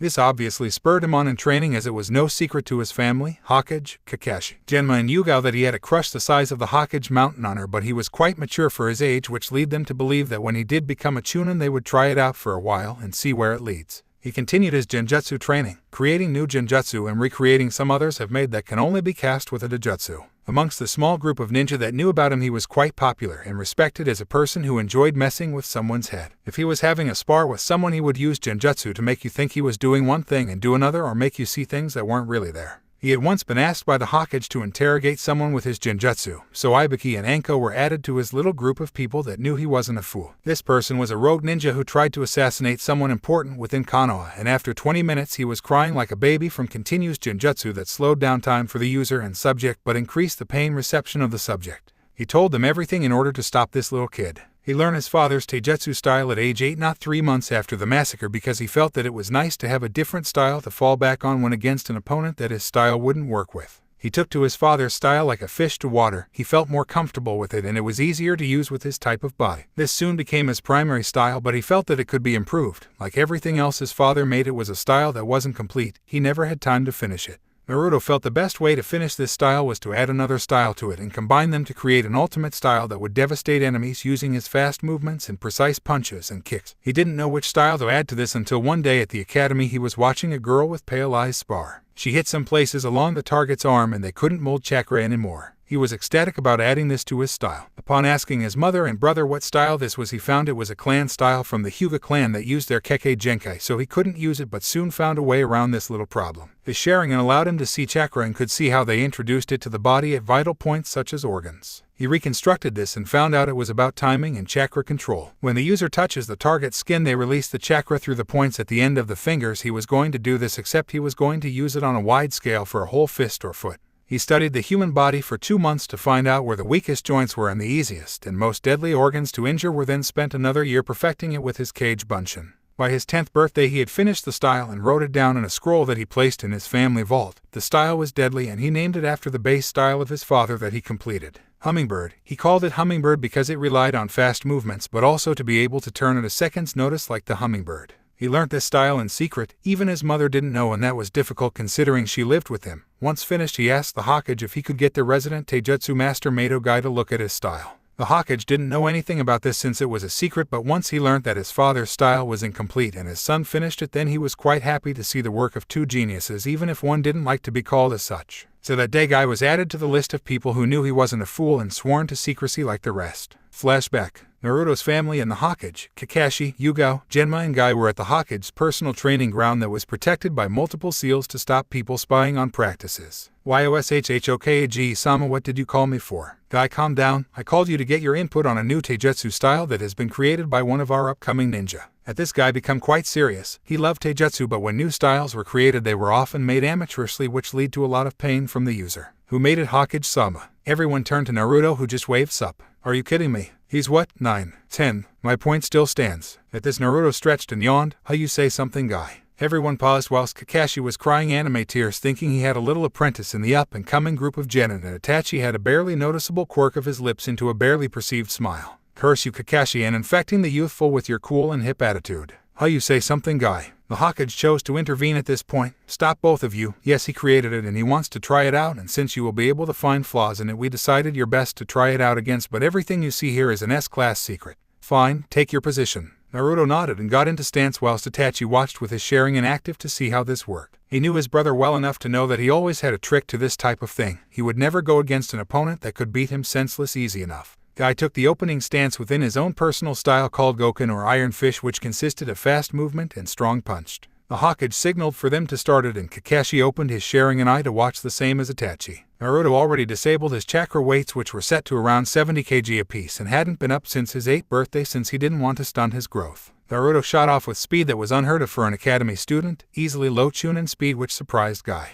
Naruto went for a feint with his left hand whilst bringing his right hand across Guy's chest. He went to block this with his right hand, which he did successfully, but Naruto twisted his body round to kick him in the side of the head with his left leg, using the momentum from his earlier attack. Guy was not inexperienced with a type of style like this. From what he could tell, it was based on similar principles as his Goken, so he expected him to hit hard, but when he blocked the kick to his head he jumped away and couldn't feel his right arm where he blocked. Seeing the unasked question, he responded, "This is my style, based of speed, strength and internal chakra damage." His eyes were wide. The only ones he knew that were able to do internal chakra damage were the Hyuga, and if he had managed to recreate it and add it to a style that didn't rely on closing and opening Tenkaistu points within the chakra network, then his style would be deadly even if people block. The others were amazed at this, and Itachi had confirmed it with a smile on his face. He watched in pride as his little brother transferred a small amount of chakra from his fist to the opponent's body. They continued fighting, albeit at a faster pace, so that Guy didn't get hurt. He stopped half an hour later when he was just getting feeling back in his right arm. That style is deadly. As soon as your speed gets up higher than what it is right now, you will decimate your enemies. Your speed at the moment is around low, mid chunin. Still haven't released a resistance seal I've had on me since birth, so it's probably higher than that.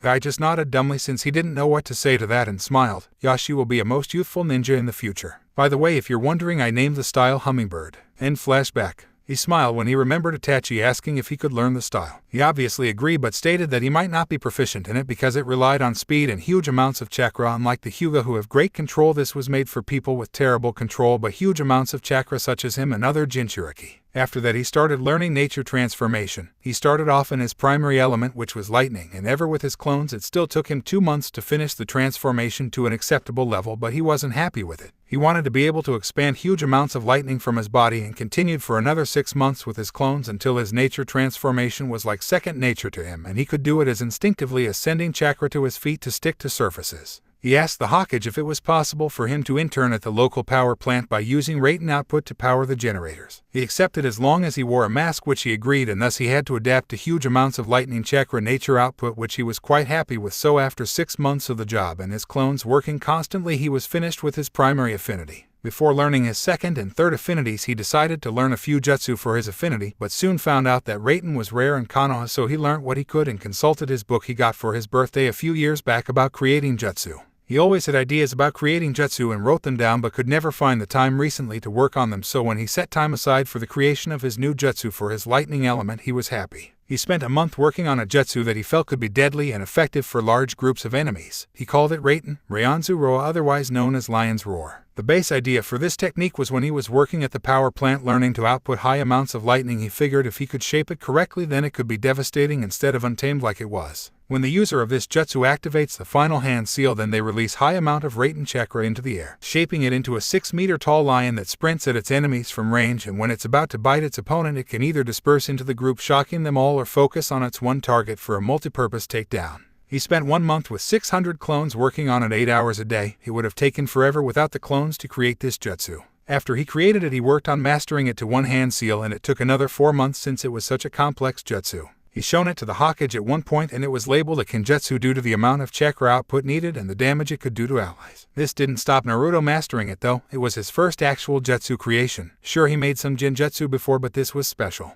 He spent the rest of his academy days working on jutsu theory and came up with one that was going to take forever to work, but if it did, then it would be an army killer. This leads us up to today when he arrived at the academy for the graduation test. He scoffed such a poor excuse for a test. He wondered if the civilians had anything to do with the academy standards. His mother and brother both stated that the academy was much harder when they attended, more so in his mother's case since she attended in wartime. A simple test which happened to have a Genjutsu on, he sighed. He was getting tired of Mizuki's attempts to slow his progress within the academy and decided it was best to leave it be until a later date.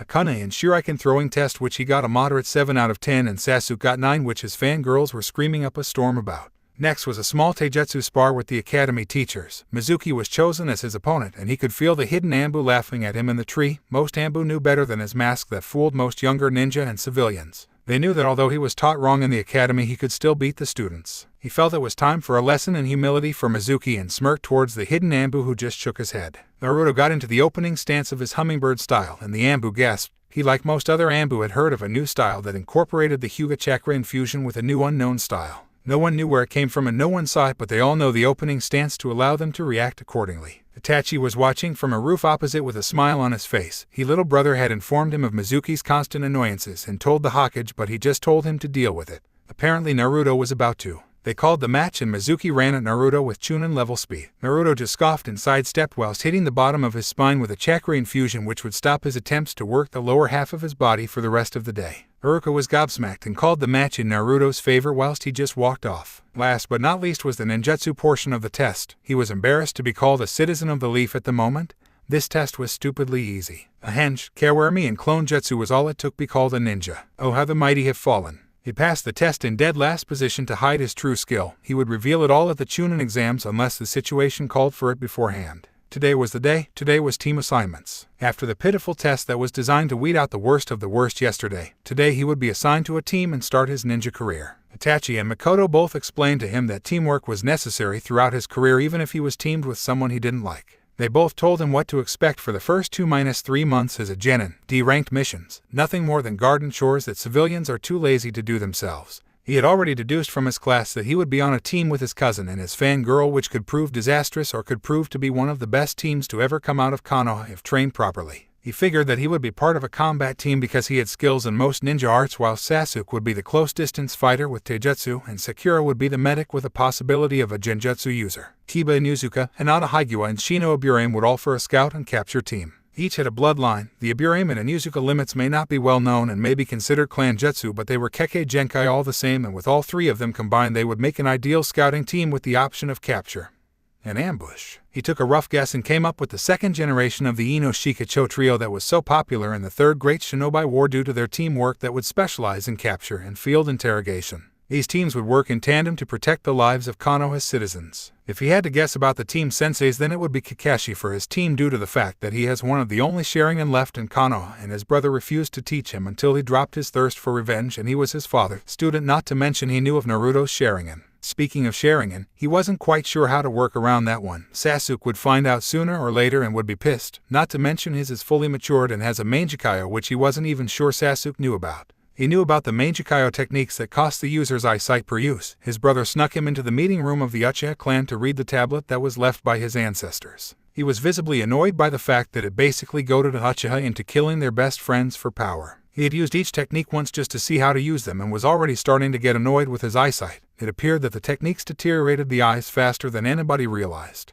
At this rate, if he used them a couple more times, then he would have to swap his eyes with his brother, which if he was honest he wasn't wanting to do because it meant that he may become reliant upon his Mangekyo. He decided to take the wait-and-see approach, and if needed he would get the transplant before the Chunin exams in just over 9 months. Walking towards the academy for team placements, he left a few clones at home to start his fire manipulation training like he did with his lightning. He was rather happy with his progress in the ninja arts. Before he knew it, he was at the academy in front of his classroom door. He sighed. Whilst he may have been cold and calculating to the majority of people like his older brother, he was a kind person at heart, and few in the academy knew that because they had made friends with him. Shino Aburame, Kiba Inuzuka, albeit partially, and Hinata Hyuga. All three of these were what he would consider friends. The last one was a request from Kurenai. She explained that her father was an asshole and she needed more confidence. He of course knew she had a crush on him. He wasn't an oblivious fool that he portrayed to the world. He used this to get her to become more confident. Whilst it would end up breaking her heart sooner or later, by then she would hopefully have enough confidence to stand on her own without him helping. He just hoped that she would go crazy ex-girlfriend mode and try to kill him. That would be bad. He decided to once again take the wait-and-see approach when it came to her. He didn't want to harm her, but she needed to learn on her own. Sighing, he took his seat by the window and waited for everyone to arrive at class when suddenly a loud boom was here, and lo and behold, there on the floor were Sasuke's two biggest fangirls, Sakura Haruno and Ino Yamanaka. "I win, Ino Pig. Ye right forehead. Sasuke-kun," they both screeched at the top of their voices. He wasn't sure why they were like this. He was one of the last Sharingan users in Konoha. He would be required to take multiple lovers, wives, girlfriends in the future. Maybe they didn't know. Oh well, he may dislike his cousin, but he didn't hate him enough to force that hell upon him. He shivered just thinking about it. Poor bastard. 10 minutes later, and Iruka walked into the room, yet another person Naruto considered a friend, one of the few that didn't hate him for what he contained, or at least was professional enough to work around it for the sake of the other kids. He liked him for that, and he respected him for it as well. Alright class, settle down. Kids were still shouting about how awesome they were going to be as ninja, and he finally got tired with a developing tick mark above his head.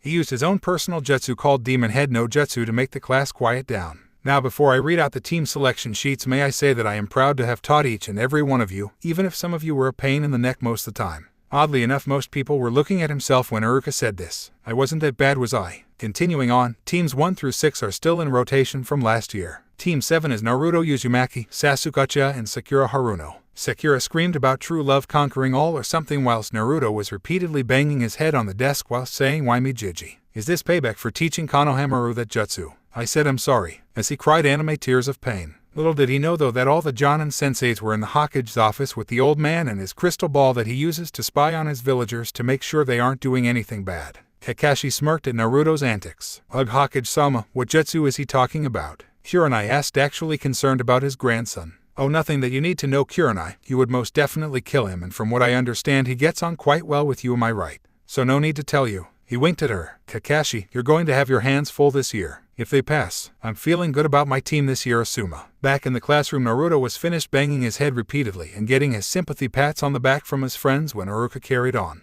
Team 8 is Hinata Hyuga, Shino Aburame, and Kiba Inuzuka. Naruto sighed. That wouldn't be a bad team to work with. Team 9 is still in rotation from last year, and Team 10 is Ino Yamanaka, Shikamaru Nara, and Choji Akamichi. Wait here until your senseis come. With that, he disappeared in a shunshin. In the office, the Jonin were getting ready to depart when Kakashi sat down on the chair and started reading his book. Kurenai smacked him on the head. You better not turn Naruto into a pervert, or so God help me. Isn't he a bit young for you, Kurenai? What? I mean, isn't he a bit young to be your boyfriend? She was spluttering whilst Asuma and hers and watched on in amusement. Truth be told, she and Asuma had a few dates here and there, but it led nowhere and she was getting tired of it. She had agreed to have a date with Naruto when he was a chunin because he was kind and generous, but she liked the fact that he would go out of his way to help someone precious to him. He's not my boyfriend, said a red-faced Kurenai. Yet, she didn't even dignify that with a response and shunshined to the class to get her team whilst Kakashi and Asuma burst out laughing. She is going to kill me one day, isn't she? Yep, and if she doesn't, Naruto will beat me up because I'm being mean to her, right? Yep, am I screwed? Yep,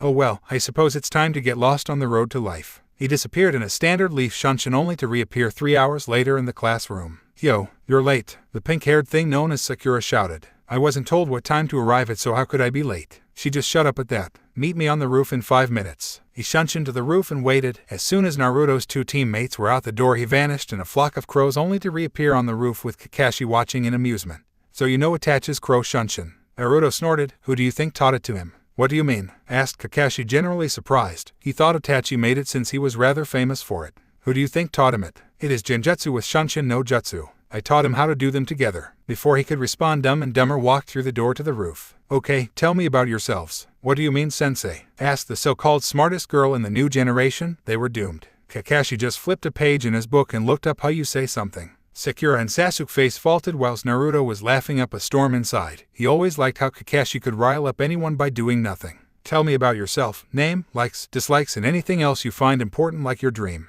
And since you asked, you can go first, Pinky. My name is Sakura Haruno. I like. My dreams are too, she said whilst looking at Sasuke the entire time. And your dislikes? Naruto Baka. Oh, how will I live with myself? I know how, because I don't give a shit. Sakura just glared at him whilst Kakashi just smiled at him. Broody McBrooder. Sasuke Uchiha. No likes and I dislike everything. My dream. No, my ambition is to kill Danzo for what he did to my clan and surpass my brother. Naruto and Kakashi just sighed, expecting as much, but were quite surprised at the last bit, especially Naruto, because his brother hadn't informed him of his brother's dream to beat him. Sakura in her normal fangirl way squealed like a pig. And lastly, the one that looks normal. Everyone turns to Naruto whilst he just looked bored and didn't respond. 2 minutes passed and still nothing, so they asked again, and his simple response was, how did you say something? Kakashi was crying anime tears at the fact that his sensei's son was embracing the cool and hip attitude whilst Sasuke and Sakura were fuming. Oh well, my name is Naruto Uzumaki Namikaze Uchiha. I like a lot of things, including my friends and precious people and my ramen. No one touches my ramen or they die. Unfortunately, my precious people have seen fit to cut down on my ramen intake, which I dislike completely. I dislike people who label prodigies and geniuses because they tend to take the easy way out of things instead of working for it. Anyone can be a prodigy, but that gathers too much attention. To be a ninja means to hide in the shadows. We deceive, lie, cheat, and steal to get the job done. Dreams. To one day have a family, help my precious people achieve their own dreams, make Hokage, and I suppose to live long enough to see my friends and their families live a happy and eventful life whilst protecting them the best I can. Sakura and Sasuke were looking at him in a new light. This wasn't the dead last of their class. What had happened to him? Kakashi smiled behind his mask. He expected something like this but didn't expect it to be so detailed. Good, good. Meet me at training ground 7 and 5 a.m. tomorrow morning for the test. What test, sensei? We already passed the academy. I suppose you're right, but this is a test to see if you can cut it as a genin, not graduate the academy. Don't eat breakfast or you will simply be sick. Before anyone could ask any questions, he shunshined away. Naruto just waited for them to leave and also shunshined but to a nearby roof where he sensei was waiting. Ah, so you came. You know they won't work with me, right? So you know the test. How long have I known you, Kakashi? What did you drill into my head whenever we trained together? Teamwork. The test will most likely incorporate this and they won't work with me. However, you will be forced to pass this anyway. And why is that? Because if you don't, the council will give you hell for failing the last Uchiha. Amazing they don't consider Itachi an Uchiha just because he isn't able to be molded into their little pet that they want, isn't it? This test is a farce and you know it. Sigh. You're right, I am being forced to pass the team and focus on Sasuke's training. We both know that you don't need much training, and we don't even know your real speed since you have never released the resistance seal on you. Speaking of which, do you know how to? Yes, I know how to, but I've never really found a situation that requires it at the moment. I will have to release it before our first mission outside the village to get used to the new speed. My chakra weights are up to 100 kg now. It took some time to get past 70 and I'm slowly adjusting to the weight each time, and it takes longer each time as well. How much skill do you want me to show? High Genin, low Chunin. We don't want Sasuke getting jealous now, do we? Naruto snorted. When he awakens his Sharingan, you will have your hands full and the council will try to make you shove your techniques down his throat until he knows them all. Agreed. I won't teach him any personal jutsu on principle because he is just too unstable. Good. Sooner or later he will want to fight me, and I don't particularly like the idea of being run through with a Chidori enhanced fist by some genin who got a sneaky shot from behind. Kakashi nodded and took out a scroll from his chest pouch. Speaking of Chidori, congratulations. I told you when you graduated I would give you some jutsu as a special congratulations, and since we have this situation with the council it will help you even more now. Chidori is in there. I don't have to tell you not to use it on comrades ever, right? Of course, Kakashi-sensei, what do you take me for? Just saying. Now is there anything else? My Sharingan. Sooner or later I will need to use it. What will I do? You don't depend on it that much for fighting. You made that taijutsu style that is deadly, and you already know quite a few jutsu that are mastered to a high degree, so you should be fine, but if you need it then hide it under a powerful genjutsu or make sure Sasuke and Sakura are knocked out. When we eventually fight outside the village, feel free to use it to copy enemy jutsu, and even mine since I can't teach you properly due to the council. Hi sensei, see you tomorrow. And with that, Naruto disappeared with the crows. He could make anything with a shunshin, to be honest, since it was a genjutsu. He was just waiting to see an Iwanin to make it a flash of yellow like his father to just make them shit themselves. It would be hilarious. Arriving at home, he sees Mikoto in the garden doing one of her favorite pastimes nowadays, which is gardening, since she didn't leave the house that often. He smiled. She always seemed so happy these days since the massacre. It made him feel bad that she was so sad when she was in the Uchiha clan. He hoped that one of these days when he was powerful enough to protect her that she could come out and come clean to the village showing that she was still alive. He was waiting for that day. It wasn't fair that she had to change herself to hide. Walking up to her, he gave her a hug. "Ka-san, I was placed on Sasuke's team with his most loyal fangirl and Kakashi." When she heard this, she sighed. She knew just how much her son hated Sasuke, but he tried multiple times to make friends and steer him from revenge for her sake. It seemed like a lost course, to be honest, but he didn't give up.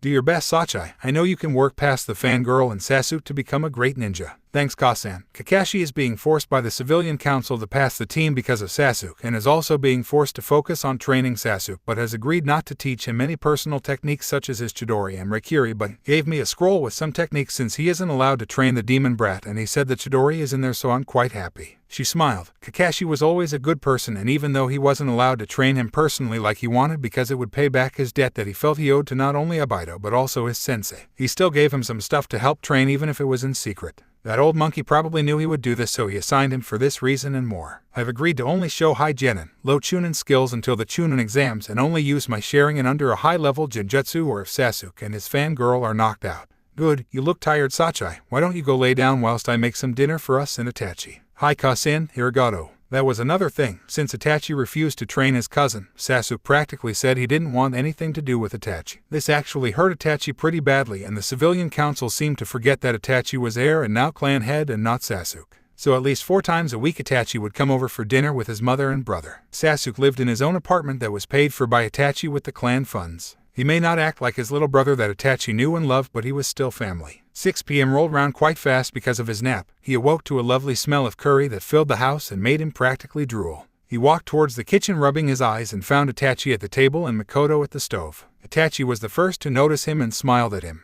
"Hello, Nai-san, Ka-san. Something smells good." That would be Ka-san's cooking atado. He smiled and sat at the table. "Did Ka-san tell you about my team?" "Yes, she did. I know you don't like Sasuke, but please look out for him out on missions." "Of course, he may be a douche, but he is family even if he doesn't know it." Itachi smiled. "If you pass tomorrow, then I will let you finally sign your contract from your father and enter the library, but no learning more than one thing at a time and no taking things out of the estate." He grinned and nodded furiously. He had been waiting to get into the library for 8 years now since he first saw it when he was 5. After dinner with his mother and brother, it was getting pretty late and he wanted tomorrow to come earlier so he could leave a clone or two to explore the library and instead looking for his father's legendary scrolls for the Hiraishin and racing, and went to bed ready for tomorrow. He was going to have a little fun with his sensei. Tomorrow came fast enough. He was pretty worn out recently from acting like the idiot. It was stressful to act stupid when you were quite smart, watching every word you say in case you say something that was above your supposed level. He woke up and went through the normal routine of 1 hour training, then shower and breakfast, not to mention speaking to his mother. His brother would always leave to sleep at the Uchiha compound and he hated it. It felt like his family was split apart and he traced the split back to the civilian council. He would need to fix this now that he was a ninja. He walked towards the training grounds where his team would meet and looked at the time. He was 3 hours late, but he didn't care. The chances were that Kakashi wasn't even there yet and wouldn't be for at least another half hour. He could see Sasuke and Sakura in the distance doing nothing but sitting down by a set of 3 wooden posts. He sighed.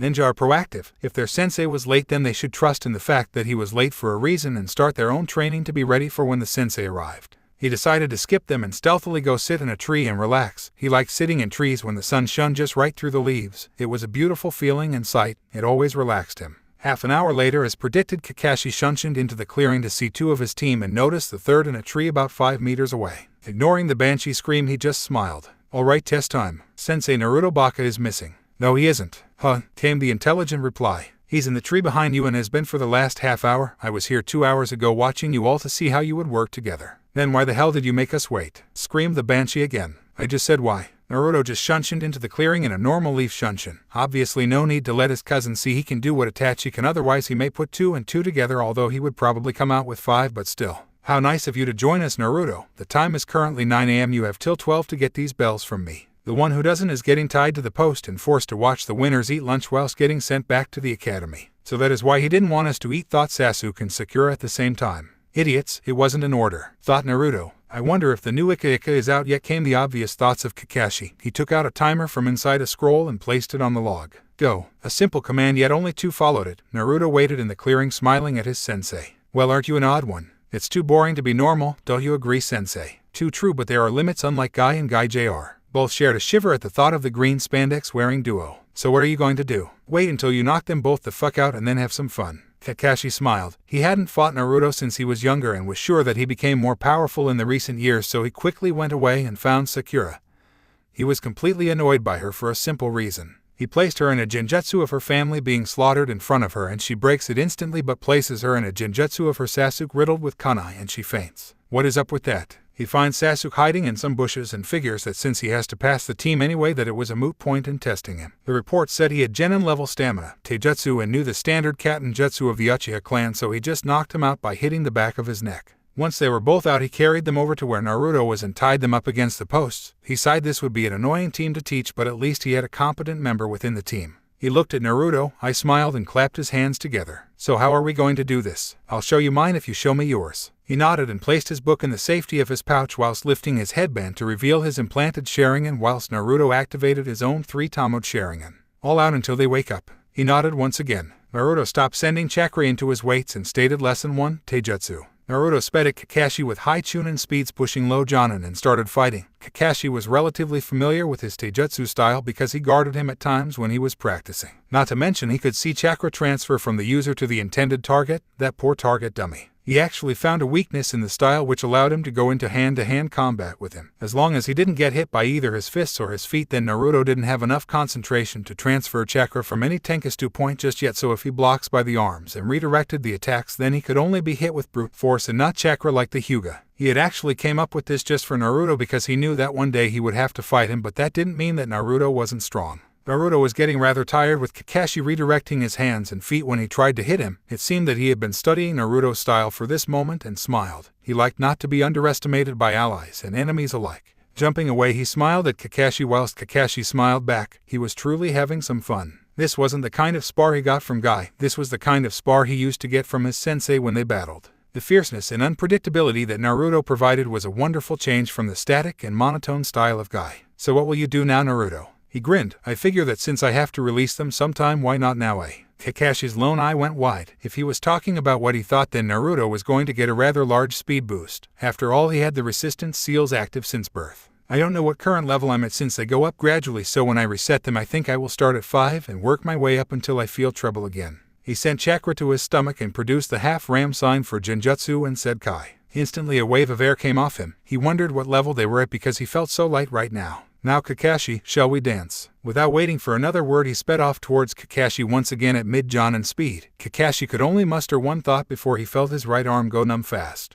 Kakashi quickly recovered. Although he felt his right arm numb, he wasn't a Jonin for nothing and could keep up with his speed thanks to his Sharingan, but he was also one of the top Jonin within the village and as such still have mid-high Jonin speeds. One of Naruto's favorite tricks with ninjutsu was to use the hand seals for the jutsu so quick it looked like he hadn't moved, which was quite doable considering he had mastered most if not all his jutsu. 10 minutes later and they were both breathing hard. 2-minute break, then start lesson 2, ninjutsu. Since this is more of a test to figure out my level than the bells, we might as well do it relaxed then rush through. Don't you agree, Kakashi? Agreed. 2 minutes later and they were both breathing normally again, although Kakashi took longer since he didn't have Naruto's monster stamina. The break was more for him than Naruto and he knew it and silently thanked his little comrade for the breather. After all, having a Sharingan implant working at full speed for a non-Uchiha was a severe drain on the chakra system of its user. Shall we start again? Kakashi nodded and started through a few hand seals. He saw no reason to hold back against Naruto. He could take it, and if he did somehow get injured he would heal quickly thanks to his tenant. Raiten, Ryukin, Kakashi said whilst his fist lit up with lightning. This attack formed a dog made out of lightning from the fist, and the dog chases its target up to 10 meters away before exploding and shocking the user's opponent. Naruto, seeing this, jumps backwards by 5 meters just out of reach from the lightning hound. Oh, that's a nice technique, Kakashi. Want to see my first ever Raiten technique I made? You can use it if you have the chakra, but don't teach it to anyone and be careful not to use it around Broody so he can't steal it. Kakashi nodded. They shared jutsu sometimes because they knew they could trust each other, so it was okay. Naruto smiled and started his own hand seals for his first ever Raiten jutsu, making sure to use the full chain of seals for Kakashi's Sharingan. Raiten, Raianzu Roa, he shouted. This was his first ever technique he made when he was 10, just after he was starting to learn how to expel large amounts of Raiten chakra. A lion formed behind him, 6 meters tall and 15 feet long. It was incredibly detailed, but before Kakashi could get a decent look at the lion, it ran at him with high Chunin level speed, quite fast for most jutsu. He didn't know how far the range of this jutsu was, so he started jumping back as it reached him 15 meters away, and then jumped again and again before the lion dissipated with a large electrical current, shocking everything in its wake. Those poor bugs. Damn, that was good. Would take almost half my chakra to do that once though. Yeah, I made it when I was 10 after learning how to use large amounts of rate and chakra. It was made to shock large groups to death, so it would use a lot of chakra to be fair. Continuing on, Kakashi said whilst going through some hand seals. Naruto saw this and with his sharing and produced the same seals. He hated this aspect of his Jujutsu. Whilst it was okay to copy enemies, it wasn't okay to copy friends, and he knew that he did with Kakashi, but he was happy to find that it was a jutsu he already knew and had mastered to a decent degree when he was learning chakra control at an early age. Katen, Gakkyū no Jutsu both shouted and launched equally sized fireballs at each other before jumping out of the way and landing in a clearing. He couldn't see Kakashi anywhere and something felt off about this. He felt the ground rumble and knew it was one of Kakashi's favorite earth jutsu since he had been subjected to this little useful jutsu enough when he sparred Itachi, so he listened to his instincts and jumped out of the way. Kakashi appeared out of the ground and looked at Naruto, panting a little bit. He was getting tired. He wasn't an Uchiha and Abido's eye was using a lot of chakra to maintain. Naruto saw this and smiled. Kakashi, we both know you are getting tired, so how about we skip to lesson 3? I've shown enough competence with ninjutsu for you to rate my progress. Agreed, although I might need some help getting to the office after. Okay then, lesson 3, Genjutsu, Ninpu, Kimono no Shinryu. Kakashi was instantly frozen. He remembered this genjutsu from a couple years ago, and whilst he hated to admit it, this genjutsu was probably one of the best anyone would ever make, but it could only be utilized properly by anyone with Kage level reserves or someone with Sannin level chakra control and high Jonin reserves. He cursed himself for falling into this genjutsu, and the worst thing was that even if he did break it by causing himself pain, it didn't matter because he would simply fall for it again, since it was a later version of the genjutsu he created that involved a constant stream of chakra to the system, so even if it was disrupted, then it would simply start again until he let it go. Sorry, Kakashi, Naruto said and walked up to him, taking the bells away before releasing the genjutsu and watching Kakashi fall to his knees. He had never been under this genjutsu, but from what he was told, it felt like a crushing pressure due to the amount of chakra introduced to the system so quickly. Naruto helped Kakashi up and walked over to the clearing they were in earlier. In their fight, neither of them noticed that they were moving away from the clearing, and it was a good thing too, because he noticed from afar that Sasuke and Sakura had woken up.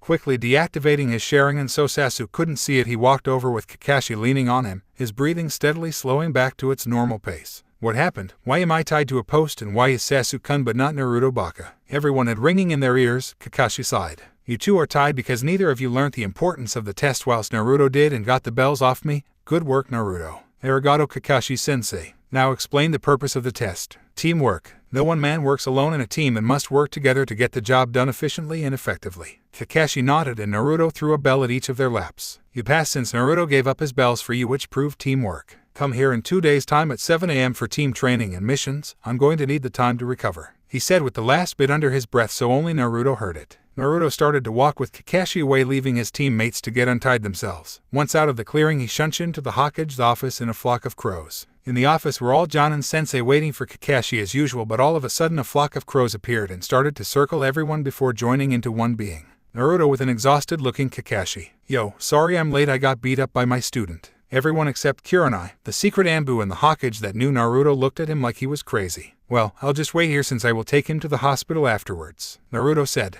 Kakashi and the Hokage both nodded in acceptance. Kurenai went first, teammate pass. Hinata Hyuga needs a major confidence boost but is still just too shy to actually inflict damage to an opponent. Most likely due to the fact that the main house practice on the branch and she doesn't like hurting them, so it's probably force of habit by now. Kiba is a god and pervert. He thinks that because he is a clan heir that he is the alpha dog of the team when the other two are just as good if not better. He needs to calm down and get his hormones under control. I swear if I catch him looking at my ass once more I will put him under a genjutsu, she said, and no one but her, the Hokage, and Kakashi heard a small growl come from Naruto. She smiled at him. Although they weren't dating, she did like the fact that he was protective of her. Shino is most likely going to be the captain of the team. He is logical like all of Urame and quite skilled in his clan jutsu, although I will need to up his training for endurance, speed, and taijutsu since his clan are mostly long-range fighters. The Hokage nodded at that. It was a decent team and fairly laid out, although Kiba worried him a little bit since something may happen on missions. Yes, it's my turn, said a rather tall man in the standard Jonin uniform but with a sachet around his waist with the kanji for fire on it.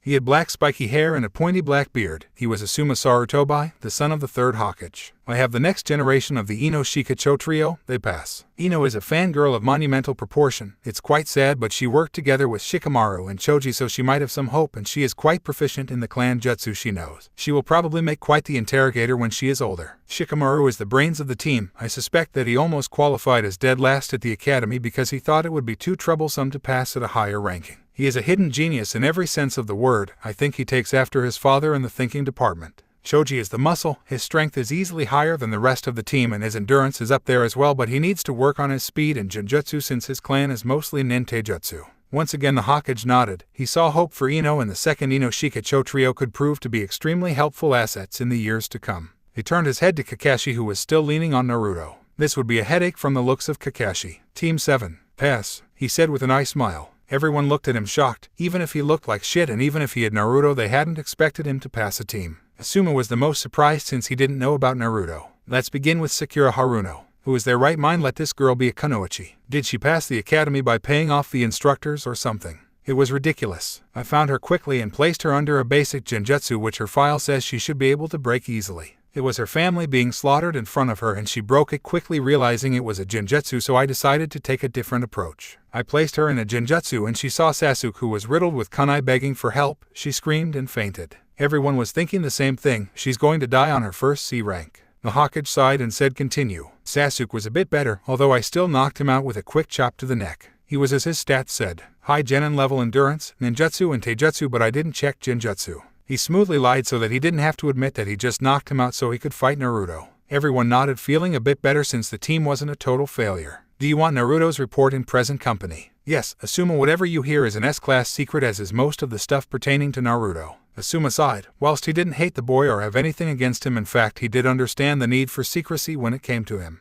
I used my Sharingan straight away and we started through the principles, starting with taijutsu. I guess he disabled his weights right off the bat since he came at me with high chunin speeds. Everyone raised an eyebrow at that. They knew he wore weights, but they didn't know he had progressed to such a speed already. We fought for about 10 minutes and his taijutsu style is deadly, as you already know, but it needs more refinement. I feel he could have gone further in creating it when he did, and I will help with this when I can, but the council are making me concentrate of the brooder. Anyway, after 10 minutes he jumped away and told me he was disabling his resistance seal for the first time in his life. He had never done it before and I was instantly on guard since he would get a huge speed boost, but I didn't think it would be that much. He came at me with mid-jonin speeds, which is really fast, and if I didn't have my Sharingan out he would have done more damage to me. He got a quick hit on my arm, making it numb so I couldn't cast hand seals, and we continued to fight before stopping. He let me have a 2-minute breather since we were both panting heavily. 2 minutes later and we started off again, but this time on ninjutsu. I started with one of my own creations, Ryuken, and sent the lightning hound at him. He jumped back far enough so it wouldn't hit him and then countered with a jutsu I've never seen before called Raianzu Roa, which created a 6-meter tall lion made out of lightning.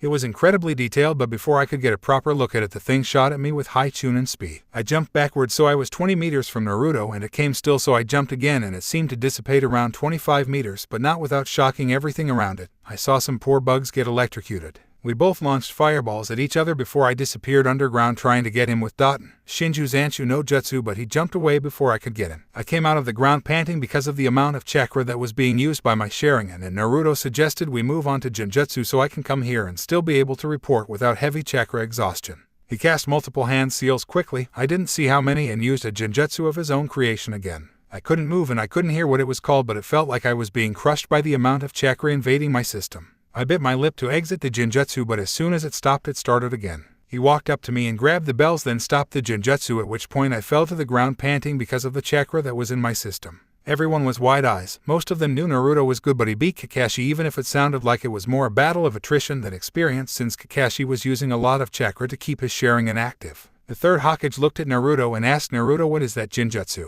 Remember the Genjutsu I showed you and the others? It's an updated version where I constantly stream the chakra necessary instead of invading the chakra system once, so if they do break it then they are caught automatically. The only downside is it takes a lot more chakra. You won't be happy until you give me a headache, will you? Me? Never. Anyway, need to take sensei to the hospital and got some stuff to do, so Yani. And with that both were gone with a flock of crows. Remember what I said about the S-rank secret? Asuma and Kurenai nodded. Naruto dropped off Kakashi at the hospital with a mild case of chakra exhaustion. He would be out in enough time for team training in 2 days, but with only light sparing if he chose to fight. He shunshin home to inform his mother and brother, who was currently on leave from missions due to a stressful rank mission, about his tests. Both were rather shocked about what he did and both looked rather proud, but expected better since he wasn't meant to go full out. He explained how Kakashi had knocked out both Sasuke and Sakura and they said that it was okay. He signed the contract for the crows at evening but had yet to summon a crow since he had to summon the boss first, and decided to speak to Ikari about it later. He left a clone in the library that evening to add his personal jutsu collection to it and maybe update a few jutsu and look for the scrolls for both Hiraishin and Rasengan whilst he slept. He didn't expect it to be easy to find. If his father wanted to hide something then it would be hidden.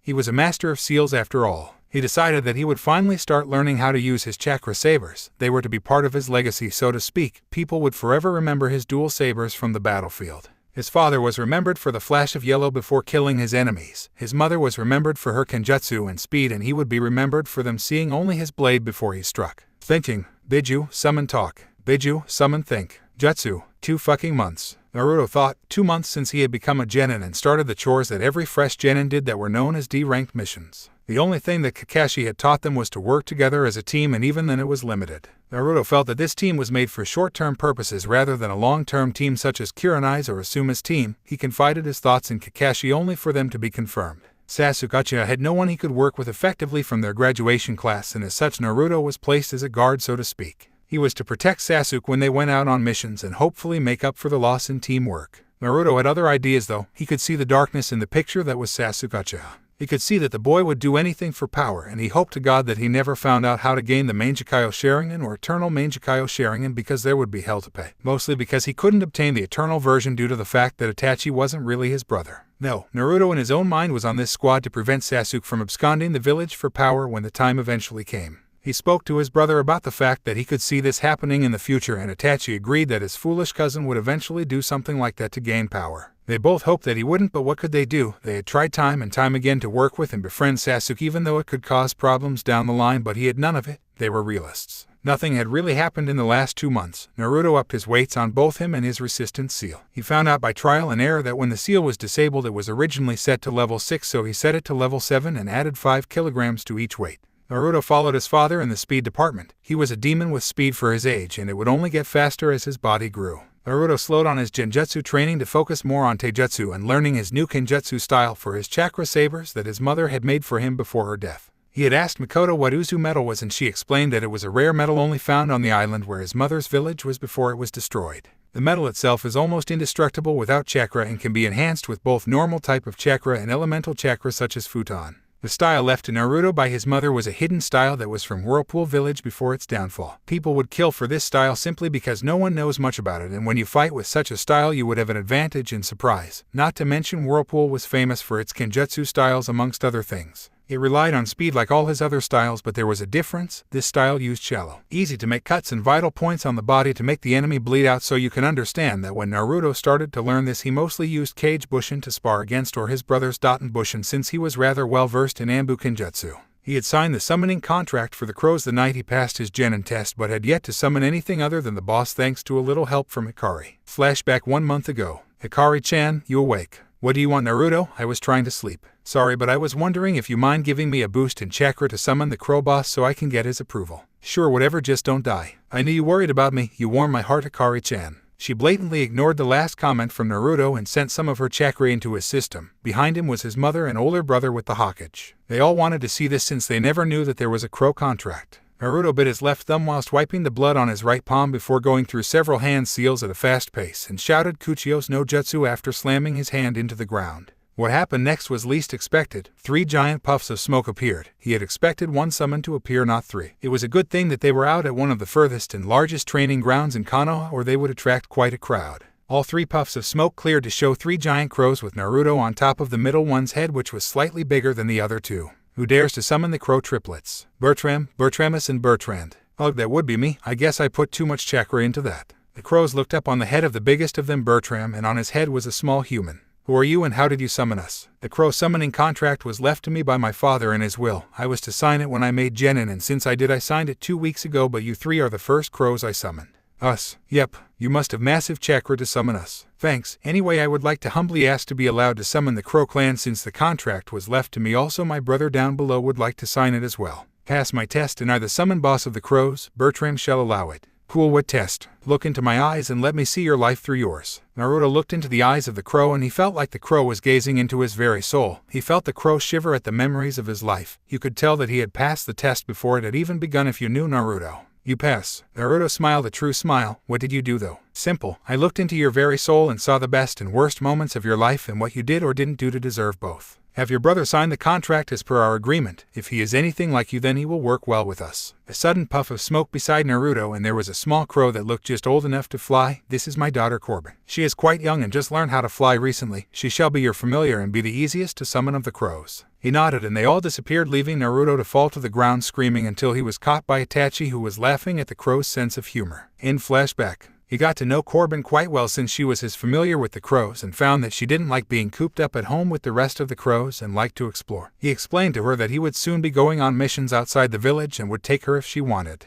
She happily agreed. She grew in strength every day. Naruto had her fly around Konoha several times to increase her wing strength. She of course complained every step of the way, but upon consulting her father he agreed that it was best for her to learn early because it would save her life one day. Naruto shown the crows his Shunshin variation and they were quite impressed to find he already knew one of the jutsu they taught their summoners. He asked what they meant and they explained that he accidentally recreated the variation of Shunshin that they teach their summoners. He was quite happy about that. Soon after he found out that the crows were more trap, ambush, and Genjutsu-orientated summons. They had maybe 5 battle summons amongst the Crow clan and he had already summoned 3 of them. Needless to say that Naruto was happy being a crow summoner when they used Genjutsu. Naruto asked Kakashi for a spar in Genjutsu every now and then, just like his letters stated. Kakashi had a normal ninjato type of sword. Naruto found this strange. When asked where the white fang was, Kakashi replied saying it was broken when he lost his teammate in the Third Great Shinobi War and he found no reason to have it fixed. Naruto disagreed with this and stated that if he saw no reason to have it fixed, was it because he had nothing worth protecting?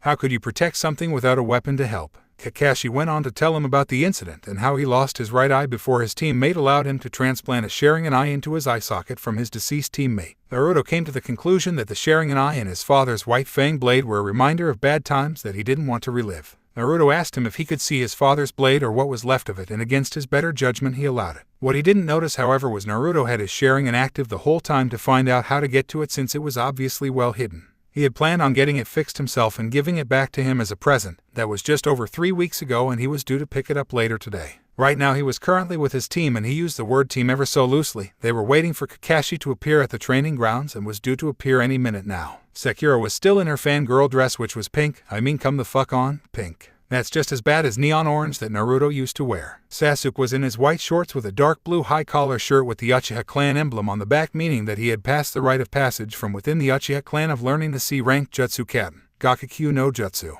Naruto had swapped up his wardrobe after his mother moaning that he was still wearing the same thing for the last 8 years. Sadly, Itachi agreed and told him to get a new set of clothes. It was a sad day. He liked his old clothes. Now he wore black ambu cargo trousers with a loose red belt that hung down at one side. He had foregone his normal t-shirt and chose to wear a dark orange red hoodie that could be zipped up or left open. He tended to leave it open just to mess with people. To finish the look, he wore a necklace that his mother got for his last birthday. The necklace itself wasn't that extravagant, but it was well designed and well made by a personal jeweler in Stone Country. Like Tsunade's, it sat on an old-looking piece of rope, string made from thick leather with 3 crystals, and in between each crystal was 2 balls of smaller crystals holding the bigger ones in place. On the back of each crystal was an emblem of each clan he represented: Namikaze, Uzumaki, and Uchiha. He couldn't wear any but the Uzumaki out in public, yet so Mikoto got him this so that he could still wear his clan emblems with pride. He wore his dual chakra sabers on different locations on his body. He had a triangle-shaped harness that allowed for ease of access when in battle. One saber was aligned horizontally ready to be drawn in reverse grip, whilst the second was aligned diagonally left ready to be drawn from the left side. Unfortunately for Naruto, this new look sort of got him quite a bit of attention from girls his age, and although he didn't mind the attention, he didn't want it and thanked the gods he knew Shunshin for difficult times. Fangirls, even he had them. Apparently they were something every Uchiha male had to deal with, even the part Uchiha apparently. It would be 10 minutes later when Kakashi appeared in a puff of smoke, and so began the shouting of Sakura and the lame excuse of Kakashi. Did she not learn? Kakashi would always be late. Mission time, let's go, Kakashi said tiredly. Truth be told, he was getting tired of listening to Sakura complain about D ranks and how Sasuke should automatically get better missions due to being the last Uchiha. It was times like this he thanked whatever merciful being that Naruto was placed on his squad. Arriving at the mission office in short time, they knocked at the door and walked in. Hello Team 7, here for a mission again. Hi Hokage Soma, Kakashi replied whilst trying to stop himself from crying due to D ranks, even if he forced his genin to work for him. Let's see here. We have gardening, walking the Inuzuka dogs, delivering medical supplies to the hospital, or catching. Gigi, don't say Tora, Naruto interrupted pleadingly. The third Hokage got an evil gleam in his eye. Catching Tora it is then. He was about to hand over the mission scroll when he heard a loud girly scream and looked over to Sakura. You have something to say, genin? Yes. How dare you give us such lousy missions? Sasuke-kun is the last Uchiha. He needs tougher missions to progress in skills and strengths. Everyone rubbed their ears from the banshee-like scream, and the Hokage looked over to Kakashi with a raised eyebrow. Are they ready? Of course Kakashi knew what this meant. It wasn't are they ready as much as it was is Sasuke and Sakura ready. "Hi Hokage-sama, I believe this mission will do them good." The Hokage smiled. He knew Naruto was taking great self-restraint and cursing every being of his body for repeatedly giving him the Capture Tora missions.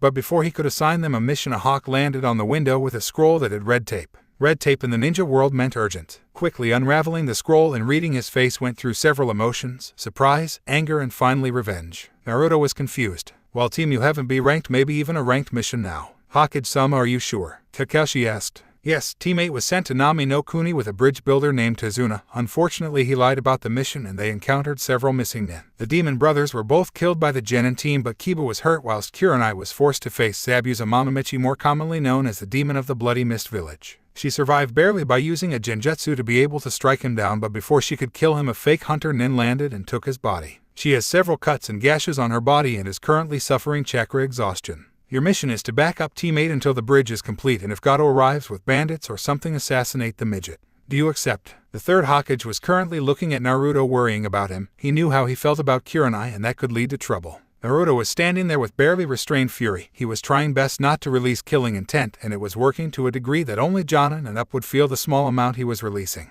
His eyes hardened and they were morphing between his normal blue eyes and his red, sharing and showing his rage. It was a good thing he was behind everyone else. "We accept, Hokage-sama," Naruto stated in a serious voice. "Meet at the gate in 1 hour," Naruto said before vanishing in a flock of crows, surprising the genin in the room. He didn't care at the moment about showing off. All this meant was he was angry. "Aren't I supposed to give the orders?" Kakashi asked, to no one in particularly. "Leave him be, Kakashi, you know what he is thinking right now. Watch him." "Hi Hokage-sama, you hear Naruto, 1 hour front gate." With Naruto arrived home with haste. "Kasen," he shouted. Makoto was in the back garden and she heard her son shout, which meant he was rather angry. He never raised his voice unless someone annoyed him beyond his limits. She hurried through the house to the door to see her son with his sharing and blazing. "What's wrong?" Teammate was ambushed by Zabuza Momomichi because the client lied about mission parameters. "Kurenai is hurt and my team is going to back them up." Now she knew what was wrong. The woman he cared for was hurt and he could do nothing to help her at this moment in time. How are Itachi's eyes nowadays? She was caught off guard by the question. His eyesight is getting worse by the day due to the constant use of his Mangekyo. Why? "When we get back we will do the transplant. I might need my Mangekyo in this mission, and if Zabuza dares hurt my friends I will make his life hell before he dies," he said with such venom. She nodded and left him to pack. 20 minutes later he came down with 3 scrolls and a holder on his left leg, presumably full with equipment. He hugged his mother and said goodbye whilst telling her he will be careful before sunshining to the Hokage's office for a quick word. "Hello again, Naruto, what can I do for you today?" "When Itachi gets back, please take him off mission at the moment. We will need to do the transplant." "So soon?" "Well, not for me. Itachi's eyes are getting worse because Anbu forces him to use them on tough missions to save his comrades. However, I will be using them this mission on purpose, even if I don't need to, for the single reason to kill Zabuza Momomichi. He will learn not to mess with people who I cherish." The Hokage nodded in understanding. He and Kurenai became quite close in the past years, and although they weren't dating, it was only a matter of time, and everyone that knew them knew it. Naruto shunshed to the gate and waited on his team. Everyone except Sakura arrived on time, which was a change. She arrived 15 minutes late carrying a suitcase. Naruto had a tick mark above his eye showing how increasingly annoyed he was becoming. "Sakura." "Yes, what is in the suitcase?" "Oh, you know, clothes, makeup, shampoo, different sets of shoes and other things that aren't ninja related." "Why?" "To look my best for Sasuke-kun, of course, you baka." Naruto was about to explode at this girl and she said something that pushed him over the edge. "Of course, a clan less dope like you wouldn't know anything about looking good for someone they loved." Kakashi inwardly cringed and waited for the shitstorm that was about to be unleashed. He knew Naruto well, and some things you just don't say around him, but this wasn't one of them. No, this was 2 months of built-up aggression raging to the surface about Sakura. "Listen here, you pink-haired banshee of a fangirl. My friends and a woman I care about deeply are waiting to get help out there because a dick of a client lied about the mission, and here we are waiting for you to turn up only to be 15 fucking minutes late. And what for? Makeup. I swear to God, if they die because of your bullshit, I will kill you in front of your family whilst torturing your banshee of a mother in front of you before your death. The last thing you will ever see of me smiling whilst I gut you. Do you understand me?" At this point she was crying and currently backed against the gate, not sure what to do. Naruto threw her suitcase up in the air before shouting Katen, Gakakyu no Jutsu, and breathing a fireball, leaving nothing but ash of what was left. "Let's move out," Kakashi said, hoping to ease the tension. They fell into line with Naruto after Kakashi and Sasuke smirking all the way after Naruto, with a scared Sakura crying about her stuff after Sasuke. It took about 4 hours for them to reach Wave, and it didn't do much to calm Naruto's rage. The town of Wave was a poverty-stricken place with children begging on the street. It reminded Naruto of his idiot mask from when he was younger. He sighed. "Let's find this Tazuna and get this done. I'm itching to fight a certain sword wielder." They found Tezuna's house half an hour later by asking in town. They were reluctant to tell, but after showing them their headbands and saying they were from Konoha to reinforce the team that was already here, they agreed rapidly. Knocking on the door, a woman in her late 20s opened. "Hello.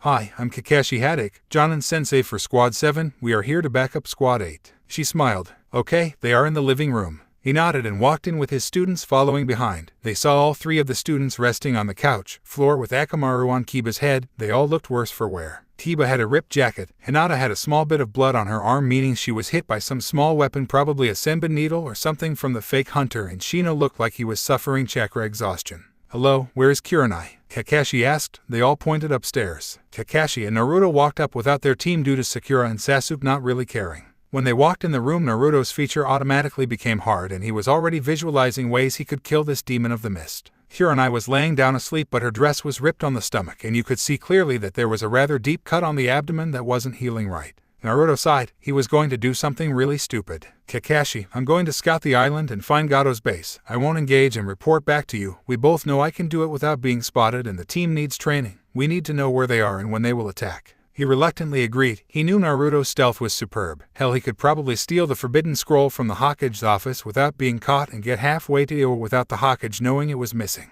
"Fine, no fighting though. I know how mad you are, but please don't do something stupid." "Fine, also I have a gift for you. Call it insurance to my comrades' protection in the future," he said whilst taking a scroll from his pouch and giving it to Kakashi before walking out. Naruto walked down to the room and explained everything. "Kurenai is out for at least half a week. Kakashi is going to train you and I'm going scouting as per orders. Yani," he said before disappearing into a puff of smoke. Up in the room, Kakashi was opening the scroll and out popped something he thought he would never see again. His father's chakra saber, the white fang fixed in its holster. He smiled, sneaky brat, and attached it to his back. Naruto appeared in a clearing and decided to consult his tenant about recent events. "Hikari-chan, I presume you saw and heard everything and know what I want to do." "Yes, and I must say I approve. It is a plan, well, though up in a little time. It's worth the mightiest of the Biju," she declared with a puffed out chest. "Well, as much as a giant fox can." "What plan?" "I'm going to find his base, kill them all, and kill Zabuza and that fake hunter Nin." "There isn't much of a plan." "Exactly, I like it. Kick ass, take names, and care about consequences later." He smiled. He knew she was doing this to cheer him up. "You staying up to watch the fireworks?" "God, yes." He smiled again whilst biting his thumb and going through hand seals. Kuchios no Jutsu, Kakasuhanta. A huge puff of smoke appeared. This was the group of crows known as the Carcass Trackers. They specialized in hunting a prey, allowing others to kill it. They tracked the best of the best. 20 crows stood before him. "Naruto-san, what do you need the Kakasuhantas for?" "Someone I hold very dear to me has been injured by a missing ninja named Zabuza Mamamichi. According to Kakashi-sensei, he is about 6 feet 2, wears cow leather trousers with a tank top and medical bandages around his mouth and lower half of his face. He has a sword almost as big as he and should be very adept in Suiten ninjutsu. I need to find him. The chances are he is near a big group of bandits since he is working for a local crime boss. Spread out and find him, then report back to me if you don't mind. We have never failed to find a target and we never will. We shall report back soon," the lead crow said whilst flying away. Naruto sighed before summoning Corbin. "Corbin, we are currently outside the village and I'm on a mission. I would have summoned you earlier, but things have happened that have caused my attention to slip. Feel free to fly around and be careful. I don't want your father trying to eat me because you got hurt or something." She nodded. Well, as much as a crow can nod, and flew off. She understood that whatever was going on was most likely nothing to do with her and left him alone to his thoughts. Half hour later, the leader of the crows arrived back to give his report. Apparently this Gato person was stupid enough to live in the daimyo's mansion and didn't even try to hide. There were about 300 thugs in Gato's main base. He could handle that no problem, especially since he hadn't restricted him using the Mangekyou, although after this he would need some serious rest and relaxation, not to mention his eyesight would be significantly worse than it currently is. He was okay with that as long as he got to help this country and kill Zabuza for what he had done to Kurenai. It would be another hour and a half before all crows came back and explained that they found Zabuza and his little hunter Nin in a small cottage outside of the town that Gato owns resting. The hunter was taking care of him because apparently being put into a false death state fucks with the body.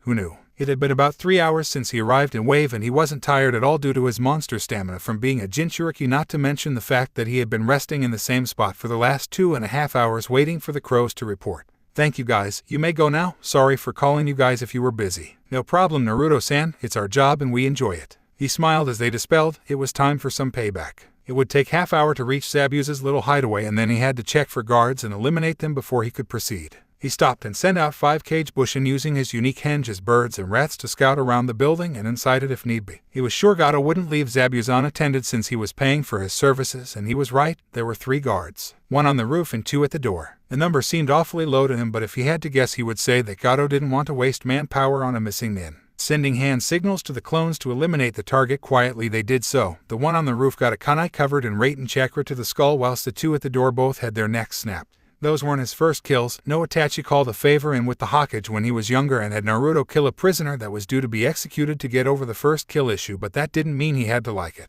He sighed. Before the night was out, his hands were going to be covered in blood. Naruto covered his eyes in a powerful genjutsu whilst activating his Sharingan. One of them may get away. There was no need to have rumors spread about a Sharingan wielder with blonde hair. Dropping from the roof to the floor, he just stood there. They didn't even notice him. Zabuza, he said in nothing more than a whisper. Zabuza, he said a bit louder this time. Zabuza turned his head. Zabuza, he shouted. This defiantly got his attention. Who are you, Gaki, and where are you? I am Naruto Uzumaki. You hurt someone close to me, so I'm going to kill you, but not before extending the same pleasure to you, Zabuza. What do you mean? The woman you hurt to get to the bridge builder. Shiranai Yuhai. I care for her and you hurt her. So you think you can just come in here and kill me, do you? He said, looking around hoping to find this mystery voice. Yes, he heard in nothing more than a whisper in his ear. He turned to see nothing there. He turned again to see a chair with his adoptive son tied to it. This hunter nin is important to you, isn't he? I can see it on your face, Zabuza Mamamechi, demon of the mist. Not at all, Gaki, do what you want. I plan to, he said before stabbing Haku in the leg with a kunai. No, Zabuza shouted.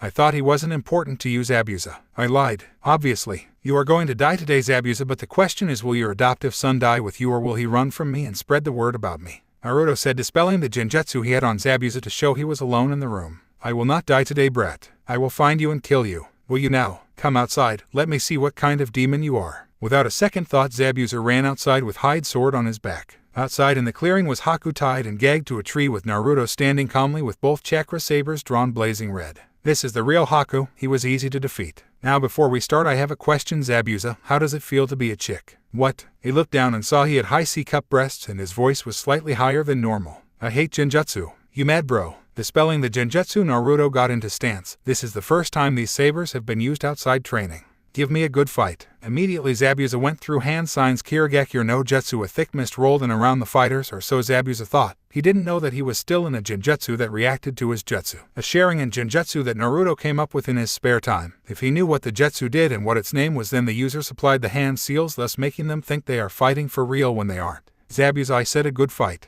he said before blowing a stream of condensed wind at the fog, clearing it away from the field. They clashed blades, and Naruto had to admit Zabuza was strong and had an advantage due to height. The clash of the Kenjutsu blades was going on for about 5 minutes, and Naruto was starting to lose due to speed. He wasn't going to have that, so he dropped his weights down to 30 kg and left his resistance seals intact. Using the newfound speed boost from his weights, Naruto rushed Zabuza and nicked the back of his kneecaps, forcing him to the ground by cutting the tendons, and he held both his chakra sabers glowing red with his anger at his neck before looking at Haku. Watch him die and then feel the pain I felt when you tried to hurt someone precious to me. With that, he slit his throat, and Haku tried to scream but couldn't, and then it was all over. They were back standing where they began, and Zabuza was panting and looking at a smirking Naruto. What the fuck was that? Genjutsu? So you aren't good in nin, tai, or kenjutsu? I take offense to that. Of course I am, moron. The skills I displayed in the genjutsu were relative to my skills. I tire of this fighting. You bore me, demon of the mist. Allow me to show you a real demon. His eyes turned into his Manjikayo Sharingan under the genjutsu before locking eyes with Zabuza. Tsukayomi, he declared.